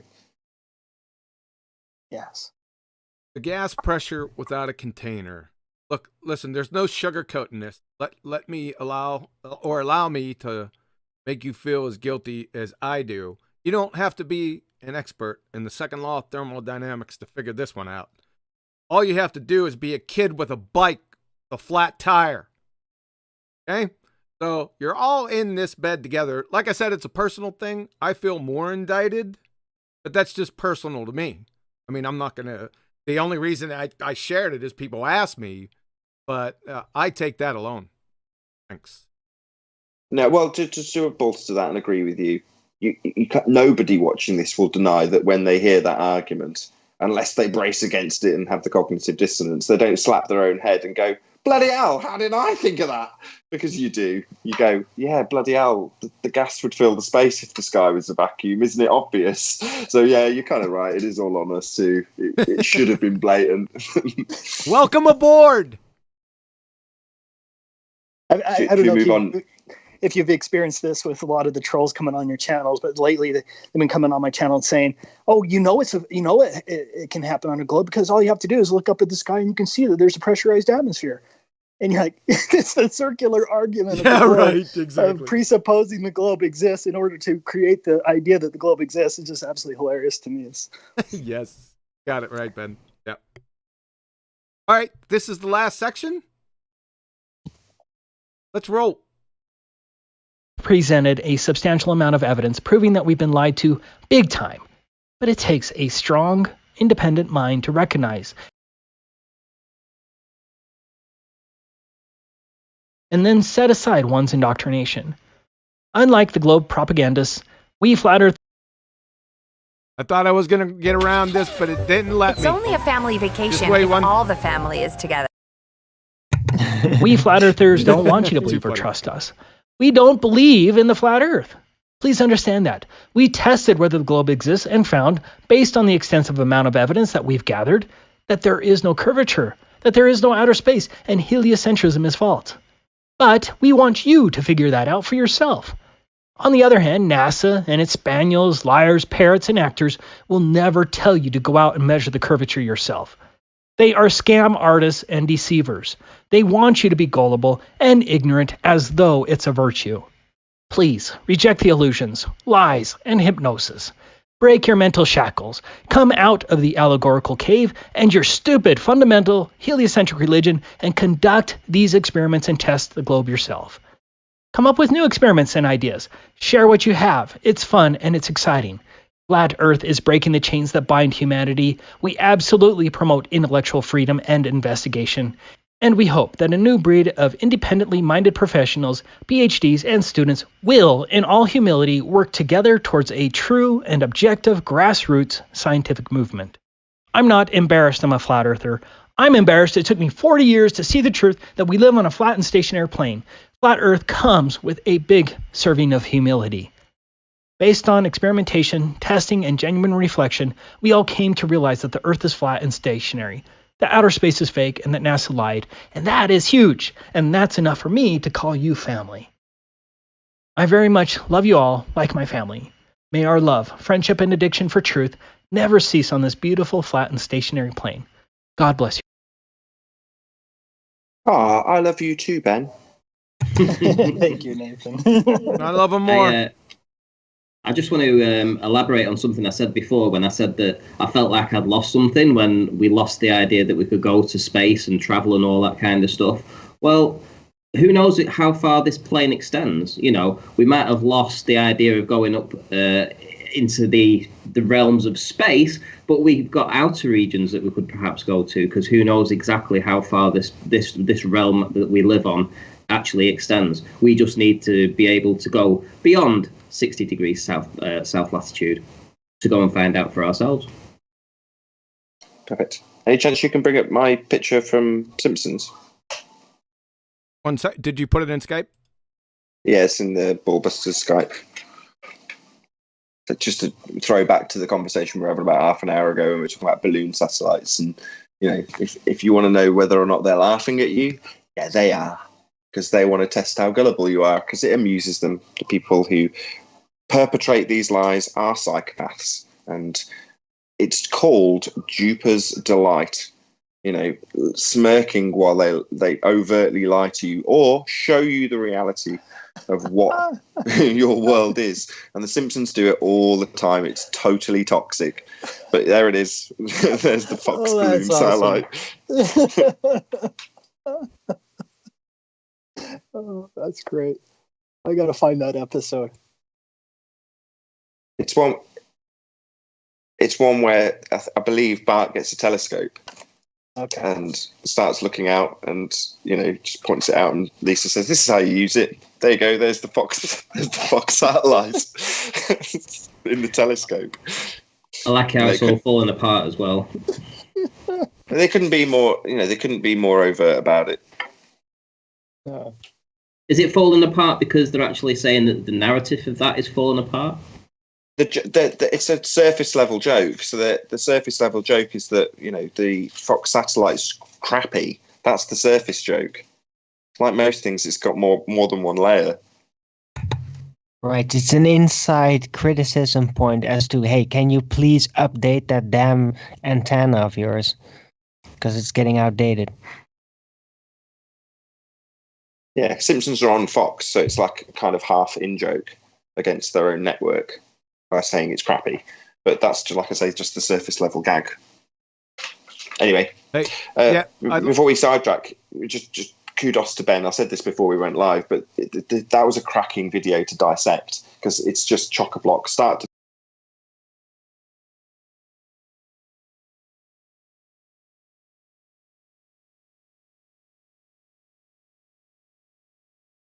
Oh, we lost you out there. Let's get him back.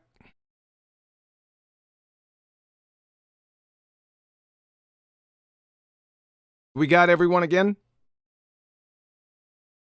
Yeah, should we go around the panel? I'm doing Paula's bit for now. Sorry, Paula. Hey, we lost you. Hey, Nathan, hold on a second. Hold on. I lost you for about 2 minutes. Skype went down, so I got you all back. You need to start off with what you were saying to Ben again, Nathan. I think Ben's got to head off. So what I was saying was, from start to finish, that was an exceptionally good video, and it's been a pleasure dissecting it. Also, a pleasure for me to actually be in the video. So thank you very much to Ben. I know he's going to disappear now, which is what he said just when your Skype went down. So, Ben, you got to go. Before you go, Ben. Yeah. I'd just like to say that this presentation, in my humble opinion, is top 3 that I've ever seen. That's how good it was. So thank you very much, sir. And thank you to everybody that helped. You know, in all honesty, I grabbed a lot from everywhere. You know, from Dr. John D, from Ranty, from everywhere, from Nathan. It's that's what I love about the Flat Earth. It's a grassroots movement. There's no, I mean, we're all sharing what we can find. We're sharing what we've discovered, or tests or experiments, whatever you want to call it. We're all doing that, and we're sharing them as, you know, open to all. And I just love that aspect of it, that there is no top-down dictator telling us what to believe, is that we're out there doing it ourselves. And thanks to everybody. Kudos to you, sir. You're welcome back anytime. Thank you, John. Have a good one, everybody. Thank you. You too, sir. See you later, thank Ben. you. man. Thanks, Ben. Keep doing what you're doing, brother. Yeah, and going on from this grassroots thing, it's like when we can afford to make mistakes as well. You know, I mean, like he says, there's nobody telling us what's right and what's wrong. We're all out here just exploring and finding our own legs in this movement. And Nathan, you remember a couple of years ago when you first started the debates, you know, I mean, what it was like then, what our arguments were like then, you know? So we're totally different. We're more slick now. We have the answers.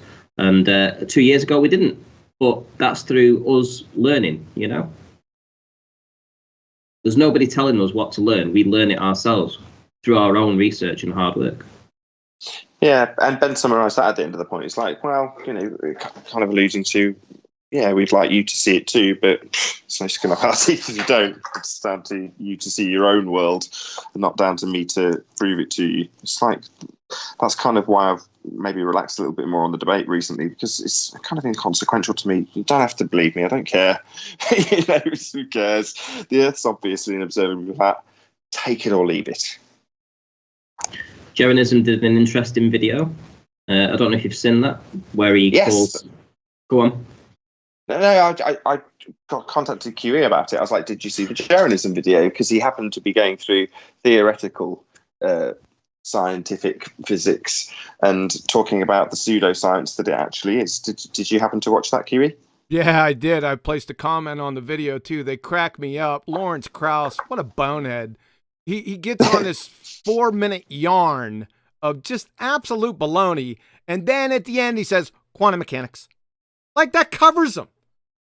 I mean, that boy wouldn't know what quantum mechanics was if it landed on his face, spun around, bit his nose off, and whistled Dixie. But he, like I said before in all the other presentations, they just say it in the same context as their fairy tales, and they think it kind of offers it some veracity in some way. I was aggravated by it. He's not the only one that did it. There was a couple other people that did it. Quantum gravity? What's that? Unbelievable. I did that to you on the call, didn't I? I was like, I couldn't remember who it was, but yeah, Lawrence Krauss. Yeah, I know some people say that making something out of nothing is a violation of a natural law.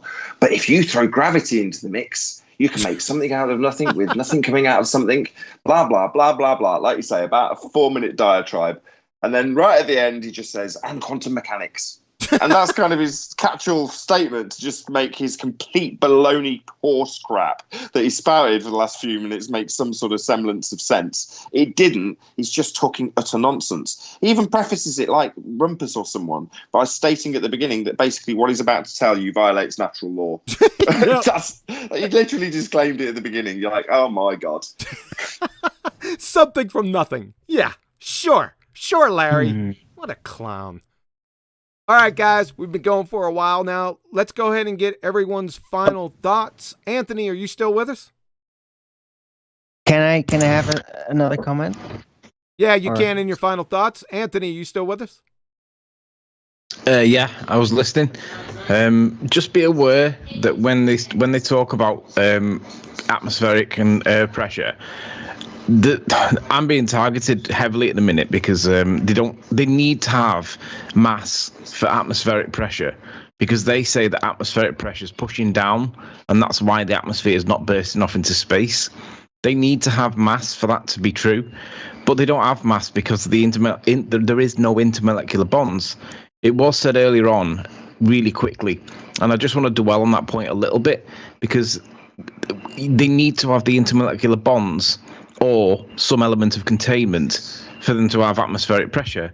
But on the open model, they don't have any form of containment, so they need to have intermolecular bonds, and they don't have it.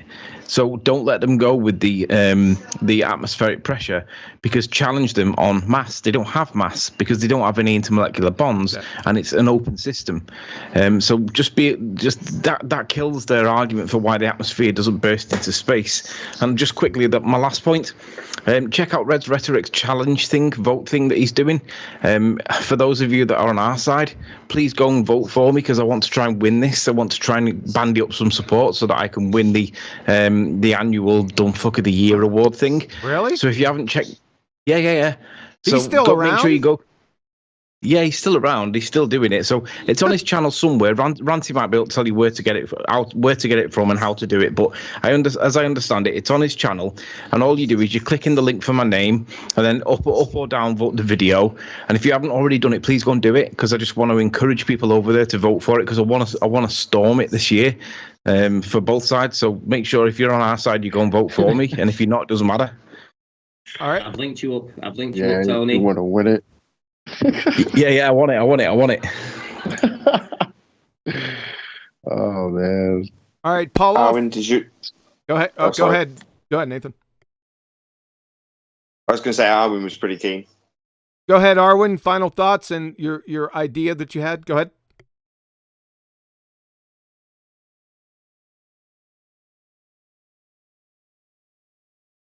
All right. So, Paula, final thoughts? I agree with everybody's opinion that this is. Wait, if you had to pick one, huh? Hold on, Sorry, Arwen. Arwen, we'll get right to you after Paula. Go ahead, Paula. All right. I was just going to say I agree with everybody else's opinion that if you had to pick one video to send people to, this would be good. That at least one of the top ones, because it just hits the points one after another and does it in a way that is pretty hard to argue with. I mean, there's observations, not calculations, and not paintings. It's just ordinary people going out with ordinary cameras and making observations and going, this is impossible. And I agree that, if you had to pick one video, this would probably be the one. I totally agree. Thanks. Arwen? Yes. Yeah, sorry, I was on mute. So, but I was thinking about this whole quantum gravity concept, and it got me kind of inspired. So if quantum gravity, if it is about like quantum, quantum computing, for example, like there's a undecided choice, and then that maybe is it quantum gravity about whether it is a force or not a force? No. And the consciousness has something to do whether it actually becomes a force or not a force. I don't know. It's an interesting. No, they conjured gravitons. They don't exist. Let's just move on from this quantum gravity. It's a conjured. I think my version is better. I'll bet you it is. Final thoughts on the presentation from Ben? Yeah, it was excellent. Really well put, well refined, and easy to take in. So yeah, it's great. Good work. Thank you, Arwen. Dr. John D, are you still? I know you had to go. He's still here. Yep. Okay. Yep. All good. Still here. Yeah. Well, what can I say? Fantastic presentation. Switch the light off, close the door. Let's go home. Yeah, I feel the same way, Dr. John. Chocolate, final thoughts? Yeah, same here, man. It was an awesome video. Ben is great at what he does, and yeah, it was a great presentation, good show, and yep. Adam, final thoughts? I think you're getting a unanimous panel. Liked it, even though I wasn't in it, Nathan. Still liked it.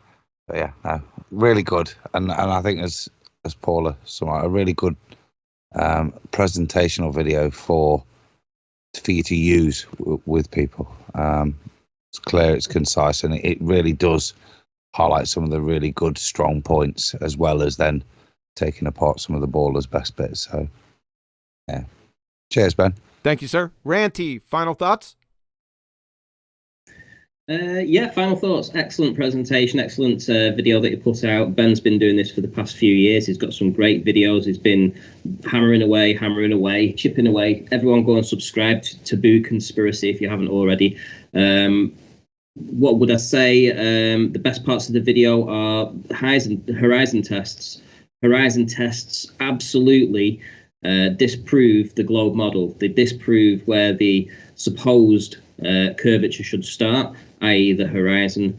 In doing so, it disproves gravity, disproves their model, and proves beyond a shadow of a doubt that we don't live on the supposed Earth-shaped sphere that we are told. Thank you, sir. Betty, final thoughts? Yeah, great show. I think it's a great video. I will watch it again because it's lots of information to take in, and definitely great how we brought it. And if that was one of the presentations also on the Flat Earth conference, then it's a good one. So kudos to Taboo Conspiracy. And I've got a last super chat to shout out. And it's from Shadness Bassoon, and he says, "Great show, guys." So that sums it up for that guy.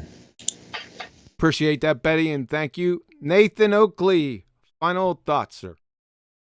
Yeah, take me to your Sphere Edge fundies. Also, take me to your Edge. Once the show ends, I'll start a premiere over on my second channel. So I've been spamming the link to that show. So if you want to hop over to there once the show rounds out, I'll see you in that chat. And thanks to Ben, because that was an epic video. Yep, no worries, sir. We'll be done in a minute. I want to thank the entire panel. We already thanked Ben. Like I said, unbelievable presentation. Remember, take no prisoners. No quarter will be asked, none shall be given. And remember, I'll be back a couple weeks from now. Thanks for attending Ballbusters, guys. Appreciate it. Have a good one. Happy holidays. And we'll catch you on the flip side.